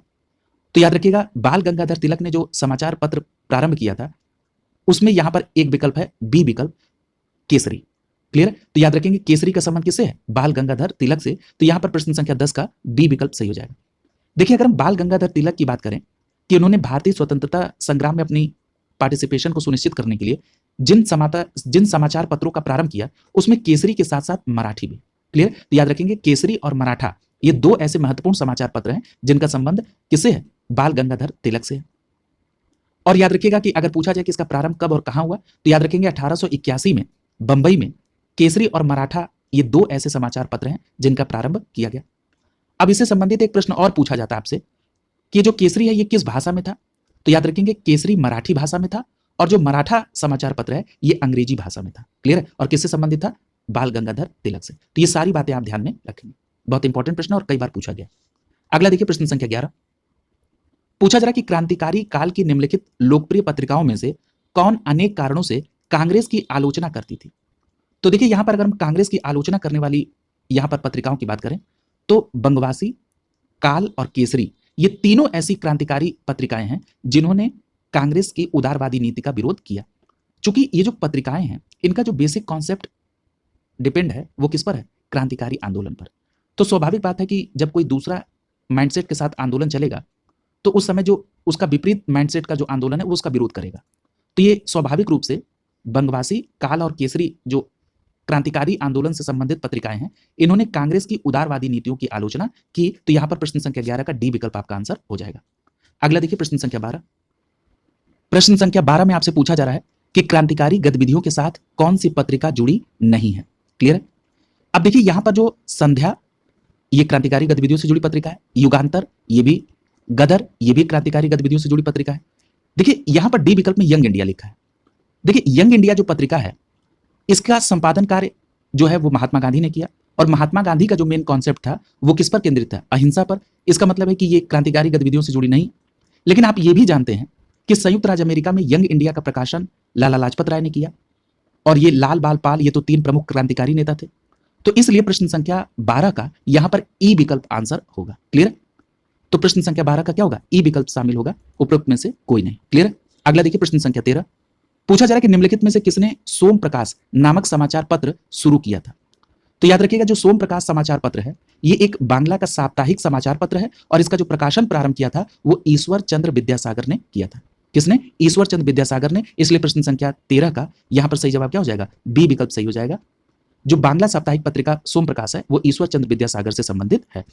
इसमें एक बात और याद रखिएगा, ये जो सोम प्रकाश पत्रिका है, समाचार पत्र, इसमें नील आंदोलन से जुड़े किसानों की उसमें समर्थन करते हुए इसे देखा गया है। अगर हम नील आंदोलन से संबंधित किसानों के हितों का समर्थन करने के लिए अगर हम सोम प्रकाश को याद रखते हैं तो एक पत्रिका और आप पढ़ चुके हैं, नील दर्पण, जो कि दीन बंधु मित्र से संबंधित है, बांग्ला में ही रचित है। तो वो किससे संबंधित है? वो भी नील किसानों की दुर्दशा को उल्लेखित करने के लिए लिखी गई। क्लियर? तो याद रखेंगे इन दोनों को कि सोम प्रकाश और नील दर्पण, इन दोनों में नील आंदोलन से जुड़े किसानों की दुर्दशा का विवरण दिया गया है। क्लियर है? और सोम प्रकाश का संबंध किससे है? ईश्वर चंद्र विद्यासागर से, और नील दर्पण का संबंध किससे है? दीन बंधु मित्र से। अगला देख लीजिए प्रश्न संख्या 14। पूछा जा रहा है कि निम्नलिखित अखबारों में से कौन सा मुख्यतः उदारवादियों की नीतियों का प्रचारक था? अब देखिए जो मैं अभी पिछले प्रश्न संख्या 12 में अपनी बात को कह रहा था उसमें थोड़ा सा इसमें यहां और क्लियरिटी मिलेगी। देखिए पूछ रहा है कि मुख्यतः उदारवादियों की नीतियों का प्रचारक कौन था? तो यहां पर स्पष्ट रूप से आप ये कहेंगे कि जो उदारवादियों की नीतियों का जो प्रचारक है वो कौन है? लीडर। लीडर जो समाचार पत्र है इसके माध्यम से उदारवादी अपनी नीतियों का प्रचार करते थे। ठीक है? और द लीडर किससे संबंधित है? मदन मोहन मालवीय से। तो यहां पर प्रश्न संख्या 14 का बी विकल्प सही हो जाएगा कि जो लीडर समाचार पत्र है इसके माध्यम से उदारवादी अपनी नीतियों का प्रचार करते थे। वहीं अगर हम बात करें न्यू इंडिया की, तो आप सभी जानते हैं कि न्यू इंडिया किससे संबंधित है? तो न्यू इंडिया का संबंध है एनी बेसेंट से। किससे संबंधित है? एनी बेसेंट से। और आप ये जानते हैं कि एनी बेसेंट के द्वारा जो है न्यू इंडिया चलाई गई, और वहीं पर ये जो यंग इंडिया है, क्लियर है? यंग इंडिया को मैंने अभी आपसे कहा था कि यंग इंडिया, संयुक्त राज्य अमेरिका में यंग इंडिया का प्रकाशन लाला लाजपत राय कर चुके हैं, इसलिए इसको नहीं लिया उदारवादियों में। और जो फ्री प्रेस जनरल है ये क्या है? ये एक न्यूज एजेंसी थी। ठीक है? तो ये आप ध्यान रखेंगे। तो यहां पर प्रश्न संख्या 14 का स्पष्ट बी विकल्प आपका आंसर हो जाएगा। क्लियर? अगला देखिए प्रश्न संख्या 15। पूछा जा रहा है कि इंडियन ओपिनियन जो पत्रिका है इसके प्रथम संपादक थे कौन? तो याद रखिएगा इंडियन ओपिनियन पत्रिका के जो प्रथम संपादक थे उनका नाम क्या है? मनसुख लाल नजर। अच्छा प्रश्न, याद रखेंगे। प्रश्न संख्या 15 का डी विकल्प से हो जाएगा। जो इंडियन ओपिनियन पत्रिका है इसके जो प्रथम संपादक थे वो कौन थे? मनसुख लाल नजर। देखिए आप सभी इस बात से परिचित हैं कि जब इंडियन ओपिनियन का प्रकाशन किया गया तो ये किसके द्वारा? तो इंडियन ओपिनियन का जो प्रारंभ है वो दक्षिण अफ्रीका में महात्मा गांधी के द्वारा 1903 में किया गया था, और इसी के पहले संपादक थे मनसुख लाल नजर। क्लियर है? यानी इंडियन ओपिनियन 1903 में किसके द्वारा? महात्मा गांधी के द्वारा दक्षिण अफ्रीका से प्रारंभ की गई पत्रिका, और इसके पहले संपादक मनसुख लाल नजर थे। तो इसीलिए प्रश्न संख्या 15 का डी विकल्प आपका सही हो जाएगा। यहां पर आप एम के गांधी नहीं लगाएंगे। ठीक है? अगला देखिए प्रश्न संख्या 16। पूछा जा रहा है कि महात्मा गांधी द्वारा दक्षिण अफ्रीका में प्रकाशित समाचार पत्रों में उसका क्या नाम था? अब देखिए यहां पर उस प्रश्न को दूसरी तरह से पूछा गया। आपसे पूछा जा रहा है कि महात्मा गांधी द्वारा दक्षिण अफ्रीका में प्रकाशित समाचार पत्र का नाम क्या था? तब आपका जवाब क्या हो जाएगा? Indian opinion. प्रश्न संख्या 16 का ए विकल्प से हो जाएगा। तो याद रखेंगे महात्मा गांधी ने द इंडियन ओपिनियन को दक्षिण अफ्रीका में 1903 में प्रारंभ किया था। कब किया था? 1903 में प्रारंभ किया था। और इसके जो पहले संपादक का नाम पूछेगा तब आपका जवाब हो जाएगा मनसुख लाल नजर। क्लियर? अगला देख लीजिए प्रश्न संख्या 17। पूछा जा रहा है कि निम्नलिखित में से किस भाषा में द इंडियन ओपिनियन पत्र नहीं छपा था? तो देखिए अगर हम लोग भाषा की बात करेंगे तो यहां पर अंग्रेजी गुजराती और तमिल, इन तीनों भाषाओं में ये द इंडियन ओपिनियन छपा, लेकिन ये उर्दू में नहीं छपा था। तो यहाँ पर प्रश्न संख्या 17 का डी विकल्प आपका आंसर हो जाएगा। ये जो द इंडियन ओपिनियन है ये उर्दू भाषा में नहीं छपा था। क्लियर है, इस बात को आप ध्यान में रखेंगे। अगला देख लीजिए प्रश्न संख्या 18। पूछा जा रहा है कि हिंदी का जो पहला समाचार पत्र है जिसका नाम है उदंत मार्तंड, ये 30 मई 1826 को प्रकाशित हुआ कहां से? तो याद रखिएगा आपका सही जवाब क्या हो जाएगा? विकल्प ए सही हो जाएगा, कोलकाता से। देखिए कई ऐसे पुस्तक हैं जहां पर ये मिसप्रिंट होकर इसको लिखा गया है कि ये कलकत्ता की जगह पर कानपुर से इसका प्रकाशन किया गया। तो यहां पर एक बात स्पष्ट कर लीजिएगा कि जो हिंदी का पहला समाचार पत्र उदंत मार्तंड है इसका प्रकाशन कलकत्ता से ही हुआ था, कानपुर से नहीं। अब ये कानपुर से क्यों लिख दिया गया? क्योंकि जो इसके प्रकाशक और संपादक थे वो मूल रूप से रहने वाले थे कानपुर के, जिनका नाम था जुगल किशोर। क्या नाम था? जुगल किशोर। पूरा नाम था जुगल किशोर शुक्ल। ठीक है, तो याद रखेंगे ये मूल रूप से कानपुर के थे, इसीलिए ये लिख दिया गया कि उदंत मार्तंड कानपुर का। ये गलत है। तो याद रखेंगे हिंदी का जो पहला समाचार पत्र है उदंत मार्तंड, ये कोलकाता से प्रकाशित हुआ 30 मई 1826 को, और इसके प्रकाशक और संपादक थे जुगल किशोर शुक्ल, जो कि बेसिकली कानपुर के निवासी थे। क्लियर? अगला देख लीजिए प्रश्न संख्या 19। प्रश्न संख्या 19 में आपसे पूछा जा रहा है कि भारतीयों द्वारा अंग्रेजी भाषा में प्रकाशित प्रथम समाचार पत्र कौन था? तो देखिए यहां पर जो विकल्प में नाम दिया गया उसमें विकल्प ए में हिंदू पैट्रियट लिखा हुआ है। ये जो हिंदू पैट्रियट है ये यहां पर सही होगा आपका, ये भारतीयों द्वारा अंग्रेजी भाषा में प्रकाशित प्रथम समाचार पत्र यहां पर होगा। तो प्रश्न संख्या 19 का ए विकल्प आपका आंसर हो जाएगा। याद रखिएगा इसका प्रकाशन 1853 में हुआ था। क्लियर? अगला देखिए प्रश्न संख्या 20। पूछा जा रहा है कि नील आंदोलन पर जमकर समर्थन करने वाले हिंदू पैट्रियट के संपादक कौन थे? तो याद रखिएगा हिंदू पैट्रियट के संपादक का नाम क्या था? हरिश्चंद्र मुखर्जी। क्या नाम था? हरिश्चंद्र मुखर्जी। तो यहां पर प्रश्न संख्या 20 का सही जवाब क्या हो जाएगा? विकल्प बी सही हो जाएगा। याद रखेंगे हिंदू पैट्रियट जिसके संपादक थे हरिश्चंद्र मुखर्जी, इसमें नील आंदोलन पर जमकर समर्थन किया गया था, तो बी विकल्प आपका आंसर हो जाएगा। क्लियर? याद रखिएगा ये जो हिंदू पैट्रियट है इसका पहले 2 वर्षों में यानी 1853 से 1855 के बीच में इसका जो संपादक रहे वो रहे गिरीश चंद्र घोष। क्लियर है? ये भी बात याद रखिएगा, हो सकता है आपसे हरिश्चंद्र मुखर्जी की जगह पर गिरीश चंद्र घोष दे दे। तो याद रखेंगे हिंदू पैट्रियट के पहले 2 वर्ष जो संपादक थे वो गिरीश चंद्र घोष थे 1853 से 55 तक, और उसके बाद 1855 में हरिश्चंद्र मुखर्जी ने इसके संपादक का कार्य संभाला। ठीक है, तो याद रखेंगे। और इसमें अभी आपने देखा कि इसमें बागान मालिकों के अत्याचार के खिलाफ जमकर किसानों के पक्ष में लिखा गया। अगला देखिए प्रश्न संख्या 21। प्रश्न संख्या 21 में आपसे पूछा जा रहा है कि अंग्रेजी साप्ताहिक वंदे मातरम किससे संबद्ध होगा? तो याद रखिएगा अंग्रेजी साप्ताहिक जो वंदे मातरम है वो अरविंद घोष से संबंधित होगा। तो यहां पर प्रश्न संख्या 21 का ए विकल्प सही हो जाएगा। लेकिन यहां पर एक बात और याद रखिएगा कि अगर आपसे यह प्रश्न पूछा जाता कि लाहौर से उर्दू दैनिक समाचार पत्र जो वंदे मातरम है ये किससे संबंधित है, तब आपका जवाब होता लाला लाजपत राय। क्योंकि लाला लाजपत राय ने लाहौर से एक उर्दू दैनिक जिसका नाम वंदे मातरम और एक अंग्रेजी साप्ताहिक जिसका नाम था दी पीपुल इसको निकाला था। क्लियर? तो अगर उर्दू दैनिक पूछा जाए लाहौर से वंदे मातरम तो लाला लाजपत राय, और अगर अंग्रेजी साप्ताहिक वंदे मातरम पूछा जाए तो अरविंद घोष से आप कोरिलेट करेंगे। याद रखिएगा इस बात को। अगला देखिए प्रश्न संख्या 22। पूछा जा रहा है कि जो अंग्रेजी पत्र इंडिपेंडेंट है ये किससे संबंधित है? तो याद रखिएगा अंग्रेजी पत्र इंडिपेंडेंट मोतीलाल नेहरू से संबंधित है, और मोतीलाल नेहरू ने अपने इस अंग्रेजी पत्र इंडिपेंडेंट में भारत में जो स्वशासन की मांग था इसको प्रमुखता से छापा था। क्लियर? तो यहां पर प्रश्न संख्या 22 का डी विकल्प सही हो जाए। अगला देखिए प्रश्न संख्या 23। पूछा जा रहा है कि कानपुर से प्रकाशित किस समाचार पत्र के माध्यम से विजय सिंह पथिक ने बिजौलिया आंदोलन को समूचे भारत में चर्चा का विषय बनाया? तो याद रखिएगा कानपुर से प्रकाशित होने वाले उस समाचार पत्र का नाम है प्रताप। क्या नाम है? प्रताप। और ये कब प्रकाशित हुआ प्रताप कानपुर में? 1910 में। कब? 1910 में। और अगर ये पूछा जाए कि ये जो 1910 का प्रताप कानपुर से संबंधित है ये किसके द्वारा, तो याद रखेंगे गणेश शंकर विद्यार्थी। ठीक है, तो सबसे पहला पार्ट तो आपको ये याद रखना है कि जो प्रताप समाचार पत्र है ये 1910 में गणेश शंकर विद्यार्थी जी से संबंधित है। दूसरी बात कि इसी प्रताप का सहारा लेकर, इसी प्रताप समाचार पत्र का सहारा लेकर विजय सिंह पथिक ने पूरे भारत में बिजौलिया किसान आंदोलन को प्रचारित किया। तो यहां पर प्रश्न संख्या 23 का जो सही जवाब होगा विकल्प बी। यहां पर 2 तथ्य हैं जिनको आपको ध्यान में रखना। अगला देखिए प्रश्न संख्या 24। पूछा जा रहा है कि मराठी पाक्षिक बहिष्कृत भारत किसने आरंभ किया था? तो याद रखिएगा ये जो मराठी में बंबई से प्रकाशित हुआ बहिष्कृत भारत इसका प्रारंभ किया था किसने? भीमराव अंबेडकर ने। तो यहां बी आर अंबेडकर हो जाएगा, यानी भीमराव अंबेडकर साहब ने बंबई से मराठी पाक्षिक बहिष्कृत भारत का आरंभ किया था। तो प्लेस भी याद रखेंगे कहां से? बंबई से। किसके द्वारा? अंबेडकर साहब के द्वारा। और क्या नाम था इस मराठी पाक्षिक का? बहिष्कृत भारत। तो यहां पर प्रश्न संख्या 24 का बी विकल्प सही हो जाएगा। अगला देख लीजिए प्रश्न संख्या 25। आपसे पूछा जा रहा है कि निम्नलिखित में से कौन सा एक जर्नल अबुल कलाम आजाद द्वारा प्रकाशित किया गया। तो याद रखिएगा यहां पर अबुल कलाम आजाद से जो संबंधित प्रकाशन है वो यहां पर उर्दू साप्ताहिक अल हिलाल है। ठीक है, तो यहां पर प्रश्न संख्या 25 का ए विकल्प सही हो जाएगा। अल हिलाल का जो प्रकाशन है वो अबुल कलाम आजाद के द्वारा, और ये उर्दू साप्ताहिक है। और ये जो अल हिलाल है ये कब, ये 1912 में। कब, 1912 में। ये भी बात ध्यान रखिएगा, 1912 में अबुल कलाम आजाद द्वारा अल हिलाल का प्रकाशन, और किसमें, उर्दू में। और यहीं पर एक बात और याद रखिएगा कि 1914 में अल हिलाल जो है प्रेस एक्ट द्वारा प्रतिबंधित कर दिया गया था। क्लियर है।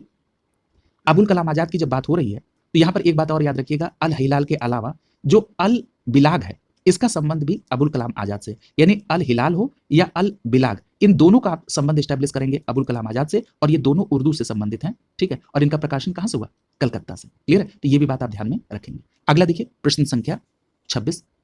पूछा जा रहा है कि वर्ष 1920 में लाहौर से लाला लाजपत राय द्वारा उर्दू का कौन सा समाचार पत्र प्रकाशित किया गया। अब देखिए ये प्रश्न पूछ रहा है लाहौर से लाला लाजपत राय द्वारा उर्दू का कौन सा समाचार पत्र है। तो यहां पर आपका सही जवाब क्या हो जाएगा, वंदे मातरम। अभी मैंने ऊपर ही इस बात को कोरिलेट किया था कि जो अंग्रेजी का वंदे मातरम है वो किससे संबंधित हुआ था। अंग्रेजी का वंदे मातरम आपने अरबिंदो घोष से संबंधित किया था, और वही मैंने बताया था कि लाहौर से जो उर्दू दैनिक समाचार पत्र है वंदे मातरम वो लाला लाजपत राय से संबंधित है, और इस प्रश्न में पूछ दिया। और इसका ईयर भी याद रखिएगा 1920 में। कब, 1920 में। तो ये पूरी बात आप ध्यान रखेंगे। और मैंने आपको एक बात और बताई थी कि लाहौर में जो उर्दू दैनिक वंदे मातरम है इसके साथ साथ एक अंग्रेजी साप्ताहिक भी निकाला लाला लाजपत राय ने, जिसका नाम था दी पीपुल। क्या था, दी पीपुल। तो ये भी बात आप ध्यान में रखेंगे। और अभी आप ये भी पूर्व में पढ़ चुके हैं कि संयुक्त राज्य अमेरिका से यंग इंडिया का प्रकाशन भी लाला लाजपत राय कर चुके हैं। अगला देखिए प्रश्न संख्या 27। प्रश्न संख्या 27 में आपसे पूछा जा रहा है कि निम्नलिखित में से किस समाचार पत्र या पत्रिका से महात्मा गांधी संबंधित नहीं है। क्लियर। अब देखिए यहां पर जो आपको ऑप्शन में नाम दिए गए हैं, अगर आपने आज ही की क्लास को अच्छे से कवर किया है तो आप उसी के आधार पर इसका आंसर कर ले जाएंगे। मैं कह रहा हूं कि एक बार को इंडियन ओपिनियन, यंग इंडिया और नवजीवन ये गांधी जी से संबंधित है, इस बात को थोड़ा सा भूल जाइए 1 मिनट के लिए। लेकिन अभी आपने पढ़ा था, जब ये पढ़ा था, पूछा जा रहा था आपसे कि निम्नलिखित में से कौन सी क्रांतिकारी आंदोलन से संबंधित पत्रिका है, तो उसमें आपने देखा था कि गदर, युगांतर और संध्या ये तीनों स्पष्ट रूप से संबंधित थी क्रांतिकारी आंदोलन से। और वहीं यंग इंडिया को अगर महात्मा गांधी से कोरिलेट किया जाए तब आप ये कहेंगे कि ये एक उदारवादी दृष्टिकोण से था। लेकिन वहीं पर यंग इंडिया नाम जुड़ा हुआ है लाला लाजपत राय से भी। ठीक है, खैर ज्यादा समय तक महात्मा गांधी, तो आप यंग इंडिया को महात्मा गांधी से ही कोरिलेट करके देखिएगा तो आप ये देख रहे हैं कि ये जो युगांतर है ये कैसा है, क्रांतिकारी गतिविधियों से संबंधित पत्रिका है। तो स्पष्ट हो जाएगा कि ये महात्मा गांधी से संबंधित नहीं है। क्लियर है, तो इस आधार पर भी आप इस प्रश्न का आंसर कर पाएंगे। तो प्रश्न संख्या 27 का यहाँ पर डी विकल्प सही हो जाएगा। और इस प्रकार आप पहले से ही जानते हैं कि इंडियन ओपिनियन, यंग इंडिया और नवजीवन ये तीनों गांधी जी से संबंधित रही हैं। अगर हम इंडियन ओपिनियन की बात करें तो इंडियन ओपिनियन के बारे में आपने पढ़ा कि 1903 में गांधी जी द्वारा दक्षिण अफ्रीका से द इंडियन ओपिनियन पत्रिका का प्रारंभ किया गया। वहां पर एक फैक्ट बहुत प्रश्न में भी आया था और बहुत प्रेशराइज करके हमने आपको याद दिलाया था कि याद रखिएगा अगर इसके प्रथम संपादक पूछ लिए जाए द इंडियन ओपिनियन के, तब आपका जवाब हो जाएगा मनसुख लाल नजर। क्लियर है, ये बात भी ध्यान रखिएगा। दूसरी बात अगर हम बात कर लें नवजीवन की, तो नवजीवन के संदर्भ में याद रखिएगा ये पत्रिका गांधी जी से जुड़ी और ये हिंदी और गुजराती में इसका प्रकाशन हुआ था। क्लियर है। और अगर हम बात कर लें युगांतर की, तो युगांतर जो है ये इसका संपादन भूपेंद्र नाथ दत्त और वारिंद्र कुमार घोष के द्वारा शुरू किया गया था। किसके द्वारा, भूपेंद्र नाथ दत्त और वारिंद्र कुमार घोष के द्वारा। क्लियर। अगला देख लीजिए प्रश्न संख्या 28। पूछा जा रहा है कि कौमी आवाज ये जो पत्र है इसका प्रकाशन किसने प्रारंभ किया था। तो याद रखिएगा ये जो कौमी आवाज है ये उर्दू अखबार है और इसका प्रकाशन जो प्रारंभ किया था वो जवाहरलाल नेहरू और साथ ही साथ एक नाम और याद रखिएगा रफी अहमद किदवई, इन दोनों लोगों के द्वारा लखनऊ से इसका प्रारंभ किया गया था। क्लियर है, तो याद रखेंगे प्रश्न संख्या 28 का बी विकल्प सही हो जाएगा। मैं इस बात को फिर से रिपीट कर रहा हूं कि जो कौमी आवाज है ये एक उर्दू अखबार और इसका प्रकाशन जवाहरलाल नेहरू और रफी अहमद किदवई के द्वारा और कहां से प्रारंभ किया गया, लखनऊ से। और याद रखिएगा इसके जो संपादक थे, इसके संपादक का नाम था हयातुल्ला अंसारी। क्या नाम था, हयातुल्ला अंसारी। ये पूरी बात याद रखिएगा। अगला देखिए प्रश्न संख्या 29। पूछा जा रहा है कॉमनवेल्थ पत्र किससे जुड़ा हुआ है। तो देखिए कॉमनवेल्थ के संदर्भ में अभी चर्चा हुई थी, जो कॉमनवेल्थ और न्यू इंडिया है ये दोनों समाचार पत्र जो है वो अंग्रेजी पत्र है और इनका प्रकाशन मद्रास से हुआ था। तो याद रखेंगे कॉमनवेल्थ और न्यू इंडिया ये मद्रास से प्रकाशित होने वाले अंग्रेजी पत्र हैं और इनका संपादन कार्य किसने किया, एनी बेसेंट ने। तो यहां पर प्रश्न संख्या 29 का बी विकल्प आपका आंसर हो जाएगा। प्रश्न संख्या 29 का आंसर क्या होगा, विकल्प बी आपका आंसर हो जाएगा। यहां पर एक बात और याद रखिएगा कि जो न्यू इंडिया है ये बिपिन चंद्र पाल से भी संबंधित है। ठीक है, तो ये बात भी याद रखिएगा कि जो न्यू इंडिया है ये बिपिन चंद्र पाल जी से भी संबंधित है। अगला देखिए प्रश्न संख्या 30। पूछा जा रहा है कि निम्नलिखित में से कौन सा समाचार पत्र भारतीय स्वतंत्रता संग्राम में क्रांतिकारी आतंकवाद की वकालत करता है। सबसे पहली बात तो इस तरह का जो ट्रांसलेशन है यही गलत है। क्रांतिकारी आतंकवाद, किसी भी चीज के किसी भी विरोध के दो दृष्टिकोण हो सकते हैं। एक, कोई उसका विरोध बहुत पोलाइटली कर सकता है और कोई बहुत एग्रेसिव होकर कर सकता है, लेकिन इसका मतलब ये नहीं कि उसको क्रांतिकारी आतंकवाद शब्द से कहा जाए। इस पर मेरी व्यक्तिगत इस पर वो है, किस तरह का ट्रांसलेशन उचित नहीं है। खैर आइए हम लोग प्रश्न का आंसर करते हैं। इसमें पूछा जा रहा है कि निम्नलिखित समाचार पत्र में भारतीय स्वतंत्रता संग्राम में कौन क्रांतिकारी दृष्टिकोण से था। तो इसमें देखिए इसको आप कर ले जाएंगे, इस पर खूब चर्चा हो चुकी है। संध्या, युगांतर और काल, ये तीनों ऐसे समाचार पत्र हैं जो क्रांतिकारी दृष्टिकोण को यानी क्रांतिकारी आंदोलन के समर्थक माने जाते हैं। ठीक है, अगर मैं और यहां पर सबको कोरिलेट कर दूं एक जगह, तो संध्या, युगांतर और काल के अलावा गदर, गदर के अलावा आपको याद रखना होगा बंगवासी, केसरी। ठीक है, ये सभी किससे संबंधित है, क्रांतिकारी आंदोलन से। तो यहां पर प्रश्न संख्या 30 का जो सही जवाब हो जाएगा वो क्या हो जाएगा, विकल्प डी सही हो जाएगा। 1, 2, 3 ये तीनों संबंधित। अगला देखिए प्रश्न संख्या 31। पूछा जा रहा है कि स्वदेश वाहिनी के संपादक कौन है। तो याद रखिएगा जो स्वदेश वाहिनी है, या कई जगह आप इसको दिखाएंगे कि स्वदेशाभिमानी लिखा है, स्वदेशाभिमानी या स्वदेश वाहिनी लिखा हुआ है। ठीक है, इसके संपादक है रामकृष्ण पिल्लै। क्या नाम है, रामकृष्ण पिल्लै। तो याद रखेंगे महत्वपूर्ण प्रश्न है, स्वदेश वाहिनी लिखा हो या स्वदेशाभिमानी, तो आप इसको कोरिलेट किससे करेंगे, रामकृष्ण पिल्लै से। तो यहाँ पर प्रश्न संख्या 31 का सी विकल्प आपका आंसर हो जाएगा। क्लियर है, ये बात आप ध्यान रखिएगा, बहुत महत्वपूर्ण प्रश्न है। और याद रखिएगा ये जो रामकृष्ण पिल्लै साहब हैं ये त्रावणकोर रियासत के एक नायर परिवार से संबंधित थे। अगला देखिए प्रश्न संख्या 32। पूछा जा रहा है कि महात्मा गांधी द्वारा शुरू किया गया एक साप्ताहिक पत्र हरिजन का प्रथम अंक 11 फरवरी 1933 को निम्न शहरों में से कहां प्रकाशित किया गया था। तो याद रखिएगा जब 11 फरवरी 1933 को जो गांधी जी के द्वारा शुरू किया गया साप्ताहिक पत्र हरिजन था, इसका प्रकाशन प्रारंभ हुआ पूना से। कहां से, पूना से, जिसको आज पुणे कहते हैं, ये महाराष्ट्र राज्य में है। ठीक है, तो यहां पर प्रश्न संख्या 32 का सी विकल्प यहां पर सही हो जाएगा कि 11 फरवरी 1933 को जो हरिजन का प्रथम जो प्रकाशन हुआ वो कहां से हुआ, पूना से, जिसको पुणे कहते हैं और ये महाराष्ट्र में है। और याद रखिएगा जब इसका प्रकाशन किया गया तो उस समय महात्मा गांधी यरवदा जेल पुणे में थे और इसके संपादक कौन है, आरवी शास्त्री। ठीक है, इसके संपादक कौन है, आरवी शास्त्री। तो याद रखेंगे हरिजन के जो संपादक वो कौन है, आरवी शास्त्री। और इसका जो पहला प्रकाशन 11 फरवरी 1933 को हुआ वो पुणे से हुआ, सी विकल्प सही हो जाएगा। अगला देखिए प्रश्न संख्या 33। पूछा जा रहा है कि 10 रोजा पत्रिका राष्ट्रीय आंदोलन के दौरान किसने प्रारंभ की थी। तो याद रखिएगा ये जो 10 रोजा पत्रिका है ये अब्दुल गफ्फार खां के द्वारा निकाली गई थी। तो याद रखेंगे बहुत इंपॉर्टेंट प्रश्न है कि जो 10 रोजा पत्रिका है ये किसके द्वारा, अब्दुल गफ्फार खां के द्वारा निकाली गई थी। तो यहां पर आपका बी विकल्प से हो जाएगा प्रश्न संख्या 33 का 10 रोजा का संबंध किसे, अब्दुल गफ्फार खां से। अगला देखिए प्रश्न संख्या 34। यहां पर आपको सूची को सुमेलित करना है। एक तरफ यहां पर समाचार पत्र के नाम है और दूसरी तरफ उनके संपादक के नाम है। सबसे पहला लिखा हुआ दैनिक आज। तो देखिए दो दैनिक आज समाचार पत्र है, ये किससे कोरिलेट हो जाएगा, शिव प्रसाद गुप्त से। तो यहां पर ए को आप कोरिलेट करेंगे चौथे के साथ, दैनिक आज शिव प्रसाद गुप्त। फिर बी विकल्प में लिखा है द लीडर, मैंने पहले भी बताया द लीडर किससे संबंधित है, मदन मोहन मालवीय से। तो यहां पर बी को आप कोरिलेट करेंगे तीसरे के साथ। और जो द नेशनल हेराल्ड है इसका संबंध किससे होगा, जवाहरलाल नेहरू से। तो आप सी को कोरिलेट करेंगे किसके साथ, दूसरे के साथ, the national Herald Jawaharlal Nehru. और उसके बाद जो द पायनियर समाचार पत्र है ये किससे कोरिलेट हो जाएगा, जॉर्ज एलन से। किससे कोरिलेट हो जाएगा, जॉर्ज एलन से। तो यहां पर डी को कोरिलेट करेंगे पहले से। क्लियर है, तो यहां जो कूट बन रहा है वो क्या बन रहा है, 4, 3, 2, 1। देखिए ये जो समाचार पत्र लिखा हुआ है इसमें कुछ ऐसे समाचार पत्र हैं जिनका जिक्र हाल ही फिलहाल में अभी कुछ जगहों पर हुआ, जैसे नो कॉन्फिडेंस मोशन के दौरान प्रधानमंत्री ने एक इंग्लिश समाचार पत्र का नाम लिया। तो भारत में जो इंग्लिश समाचार पत्र स्टार्ट हुए प्रारंभ में, जरा इसको भी ध्यान रखिएगा। जैसे टाइम्स ऑफ इंडिया, तो याद रखिएगा जो टाइम्स ऑफ इंडिया ये अंग्रेजी में, और कहां से प्रारंभ हुआ, 1861 में बंबई से। टाइम्स ऑफ इंडिया अंग्रेजी ये 1861 में बंबई से, किसके द्वारा, रॉबर्ट नाइट के द्वारा। किसके द्वारा, रॉबर्ट नाइट। तो याद रखेंगे times of India Robert night से कोरिलेट होंगे। और अगर हम वही बात कर लें स्टेटस मैन की, तो याद रखिएगा रॉबर्ट नाइट के ही द्वारा स्टेटस मैन ये भी संबंधित है। ठीक है, तो ये ध्यान रखिएगा। इसके अलावा एक बात और यहां पे आपको ध्यान रखना होगा, जैसे मान लीजिए अगर पूछा जाए हिंदुस्तान टाइम्स, तो याद रखिएगा हिंदुस्तान टाइम्स को आप कोरिलेट करेंगे के एम पाणिकर से। किससे, के एम पाणिकर। याद रखिएगा हिंदुस्तान टाइम के एम पाणिकर, और ये दिल्ली में 1920 से। ठीक है, तो इनको भी आप ध्यान में रखिएगा। और यहाँ जो आपका कूट बन रहा है 4, 3, 2, 1, 4, 3, 2, 1 के आधार पर ए विकल्प यहाँ पर सही हो जाएगा प्रश्न संख्या 34 में। अगला देख लीजिए प्रश्न संख्या 35। पूछा जा रहा है कि यहां पर समाचार पत्र है और उनके संपादक से कोरिलेट करना है। सबसे पहला लिखा हुआ है हिंदू, तो याद रखिएगा हिंदू जो समाचार पत्र है इसका जो संपादक थे वो जी सुब्रमण्यम अय्यर थे। कौन थे? जी सुब्रमण्यम अय्यर। तो एक को आप किससे कोरिलेट करेंगे? तीसरा। ठीक है, तो हिंदू समाचार पत्र के संपादक जी सुब्रमण्यम अय्यर। और अगर हम जी सुब्रमण्यम अय्यर की बात कर रहे हैं तो एक पत्र और याद रखिएगा, वो था स्वदेश मित्र। तो याद रखेंगे हिंदू और स्वदेश मित्र, ये दोनों समाचार पत्र आप किससे कोरिलेट करेंगे? जी सुब्रमण्यम अय्यर से। क्लियर है? बी विकल्प में लिखा है सुधारक। क्या नाम है? सुधारक। तो ये जो सुधारक है, सुधारक का संबंध किससे हो जाएगा? तो याद रखिएगा सुधारक का संबंध हो जाएगा जी के गोखले यानी गोपाल कृष्ण गोखले से। तो यहां पर बी का आपका सही जवाब क्या हो जाएगा? दूसरे से। तो याद रखेंगे सुधारक का संबंध किससे? गोपाल कृष्ण गोखले यानी जी के गोखले साहब से। सी विकल्प में लिखा वॉइस ऑफ इंडिया। तो याद रखेंगे वॉइस ऑफ इंडिया किससे संबंधित है? दादा भाई नौरोजे, यानी सी को आप पहले के साथ कोरिलेट करेंगे।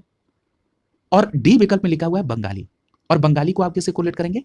S N Banerjee. बंगाली को किससे कोरिलेट करेंगे? S N Banerjee. तो यहां पर ये जो बंगाली है एस एन बनर्जी की, ये भी एक उदार दृष्टिकोण वाली विचारधारा की पत्रिका। तो यहां पर आप बंगाली को एस एन बनर्जी यानी डी को चौथे के साथ, डी को चौथे के साथ, यानी हिंदू को कोरिलेट करेंगे जी सुब्रमण्यम अय्यर।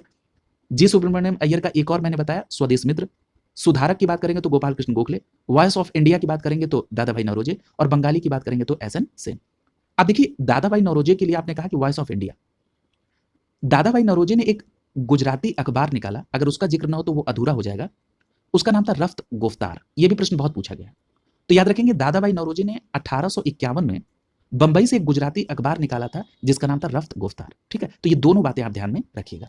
अगला यहां पर जो कूट बन रहा है वो 3214, 3214 के आधार पर यहां पर डी विकल्प आपका आंसर हो जाएगा, यानी प्रश्न संख्या 35 का डी विकल्प यहां पर सही होगा। अगला देख लीजिए प्रश्न संख्या 36। प्रश्न संख्या 36 में भी आपको सुमेलित करना है। यहां पर लिखा हुआ है पहला बॉम्बे क्रॉनिकल। देखिए जो बॉम्बे क्रॉनिकल है इसका संबंध किससे हो जाएगा? बॉम्बे क्रॉनिकल को आप कोरिलेट कर लेंगे किसके साथ? फिरोज शाह मेहता के साथ। ठीक है, बॉम्बे क्रॉनिकल को आप किससे कोरिलेट करेंगे? फिरोज शाह मेहता, यानी ए को कोरिलेट करेंगे तीसरे के साथ। क्लियर है? वही कॉमनवेल्थ तो आप पढ़ चुके हैं, कॉमनवेल्थ का संबंध किसे? एनी बेसेंट से। तो मैंने आपसे बताया था कि न्यू इंडिया और कॉमनवेल्थ ये दोनों किससे संबंधित है? आप सीधे इसको कोरिलेट कर लेंगे एनी बेसेंट से। तो यहां पर आपका जो बी है वो पहले से कोरिलेट हो जाएगा। लीडर, इसके बारे में अभी ऊपर चर्चा हुई, मदन मोहन मालवीय, यानी सी को आप दूसरे के साथ कोरिलेट करेंगे। और डी में लिखा है सर्च लाइट, तो सर्च लाइट का संबंध हो जाएगा सच्चिदानंद सिन्हा से। सर्च लाइट, स से सर्च लाइट और स से सच्चिदानंद सिन्हा, तो यहां पर डी को आप कोरिलेट कर देंगे चौथे के साथ। और देखिए यहां पर सच्चिदानंद सिन्हा की एक और बहुत प्रमुख पूछा जाता है, वो है हिंदुस्तान स्टैंडर्ड। याद रखिएगा सच्चिदानंद सिन्हा ने हिंदुस्तान स्टैंडर्ड, और किस भाषा में? अंग्रेजी में। तो याद रखेंगे सच्चिदानंद सिन्हा का जो है वो सर्च लाइट और हिंदुस्तान स्टैंडर्ड, ये दोनों याद रखिएगा आप। ठीक है, तो यहां पर आपका प्रश्न संख्या जो 36 का जो सही विकल्प बन रहा है वो बन रहा है 3124। क्या बन रहा है? 3124। तो यहां पर प्रश्न संख्या 36 का सी विकल्प से हो जाएगा 3124। क्लियर है? अगला देख लीजिए प्रश्न संख्या 37। इसमें भी आपको कोठी मिलाने के लिए कह रहा है। पहला लिखा हुआ है बिपिन चंद्रपाल। तो देखिए यहां पर जो बिपिन चंद्रपाल है वो किसे? न्यू इंडिया से। ठीक है, तो ये बात भी आप ध्यान रखेंगे। मैंने आपसे कहा भी था कि न्यू इंडिया के संदर्भ में एनी बेसेंट और बिपिन चंद्रपाल दोनों लोगों का आप नाम याद रखेंगे। तो एक को आप कोरिलेट करेंगे किसके साथ? पहले के साथ। फिर बी विकल्प में लिखा है अरविंद घोष। अरविंद घोष को संबंधित करेंगे किससे? वंदे मातरम, और किस भाषा में? अंग्रेजी में। तो याद रखेंगे इंग्लिश में वंदे मातरम, अरविंद घोष, यानी बी को तीसरे के साथ। और यही अगर उर्दू दैनिक पूछ लेता लाहौर से तो लाला लाजपत राय हो जाते। क्लियर है? सी में लिखा है कि ब्रह्म बांधव उपाध्याय। तो ब्रह्म बांधव उपाध्याय को आप किससे संबंधित करेंगे? संध्या से। और संध्या के संदर्भ में आपने पढ़ा है कि ये कैसा? क्रांतिकारी दल। ठीक है, तो संध्या के संदर्भ में आपने क्या पढ़ा कि ये क्रांतिकारी पत्रिका। तो यहां पर आप सी को कोरिलेट करेंगे किससे? ब्रह्म बांधव उपाध्याय से चौथे के साथ। और डी विकल्प में लिखा हुआ है मोहम्मद अली, यानी मोहम्मद अली जिन्ना की बात की जा रही है तो आप सीधे कॉमरेड से, तो डी को दूसरे के साथ। ठीक है, तो यहाँ जो कोट बनेगा वो 1342 का होगा। और ये जो मोहम्मद अली जिन्ना को आपने कॉमरेड से, ये अंग्रेजी भाषा में है, ये भी ध्यान रखिएगा। ठीक है, तो यहाँ पर प्रश्न संख्या 37 का 1342, 1342 यानी ए विकल्प आपका आंसर हो जाएगा प्रश्न संख्या 37 का। क्लियर? अगला देखिए प्रश्न संख्या 38। पूछा जा रहा है कि S A Dange, S A Dange का संबंध किससे है? तो याद रखिएगा एस ए डांगे का संबंध है द सोशलिस्ट से। किससे? द सोशलिस्ट से। तो ए को आप चौथे के साथ, तो याद रखेंगे S A Dange the socialist, S A Dange the socialist. फिर उसके बाद लिखा है मुजफ्फर अहमद। तो जो मुजफ्फर अहमद का नाम है वो किससे कोरिलेट हो जाएगा? नवयुग से। किससे? नवयुग से। तो यहां पर आप बी को कोरिलेट करेंगे पहले के साथ। फिर लिखा हुआ है गुलाम हुसैन। तो गुलाम हुसैन को आप कोरिलेट करेंगे इनकलाब से, गुलाम हुसैन को इनकलाब। तो यहां पर सी को दूसरे के साथ। और डी विकल्प में लिखा है एम सिंगरवेलू, एम सिंगरवेलू। तो ये जो एम सिंगरवेलू है इसको आप किससे कोलेट करेंगे? लेबर किसान गजट से। किससे? लेबर किसान गजट से। तो डी का जो है तीसरा सही हो जाएगा। क्लियर है? तो इनको सभी को आप ध्यान रखेंगे। S A Dange the Socialist, Muzaffar Ahmad Navyug, Ghulam Hussain Inquilab, M Singaravelu Labour Kisan Gazette. ठीक है, तो यहां जो कूट बन रहा है वो बन रहा है 4123 का। तो 4123 के आधार पर यहां पर जो सही विकल्प हो जाएगा वो बी विकल्प आपका आंसर हो जाएगा। क्लियर है? तो यहां पर प्रश्न संख्या 38 का बी विकल्प आपका आंसर हो जाएगा। अगला देख लीजिए। इस प्रकार यहां पर ये जो पूरा टॉपिक है उससे संबंधित सभी प्रश्न कंप्लीट हो गए। तो इन सभी को आप ध्यान में रखिएगा। एक बहुत प्रचलित है, वो इसमें जिक्र नहीं हुआ, हिंदी प्रदीप का। ये चूंकि इसलिए इसको ध्यान में आपको रखना है क्योंकि ये संयुक्त प्रांत से संबंध, यानी ये उत्तर प्रदेश। तो हिंदी प्रदीप से संबंधित कौन है? बालकृष्ण। ठीक है, तो याद रखिए हिंदी प्रदीप से संबंधित कौन है? बालकृष्ण। इसी तरह से कवि वचन सुधा और हरिश्चंद्र मैगजीन जो है ये भारतेंदु हरिश्चंद्र से संबंधित है। इनका संबंध भी संयुक्त प्रांत से। ठीक है, तो ये सभी बातें आप ध्यान में रखेंगे। तो इस प्रकार ये टॉपिक यहाँ पर कंप्लीट हो गया। जितने भी यहाँ पर कवर किए गए हैं, ठीक है, उन सभी को ही आप ध्यान में रखेंगे। ये मोर देन एनफ है। अगला हम लोग टॉपिक स्टार्ट करेंगे जो, वो क्या नाम होगा उसका? सामाजिक एवं धार्मिक सुधार आंदोलन। ठीक है, बहुत महत्वपूर्ण टॉपिक होगा ये। तो यहां से हम लोग कल की क्लास कंटिन्यू करेंगे। फिर आप लोगों से कल मुलाकात होगी। शुभकामनाओं के साथ आप सभी का बहुत बहुत धन्यवाद।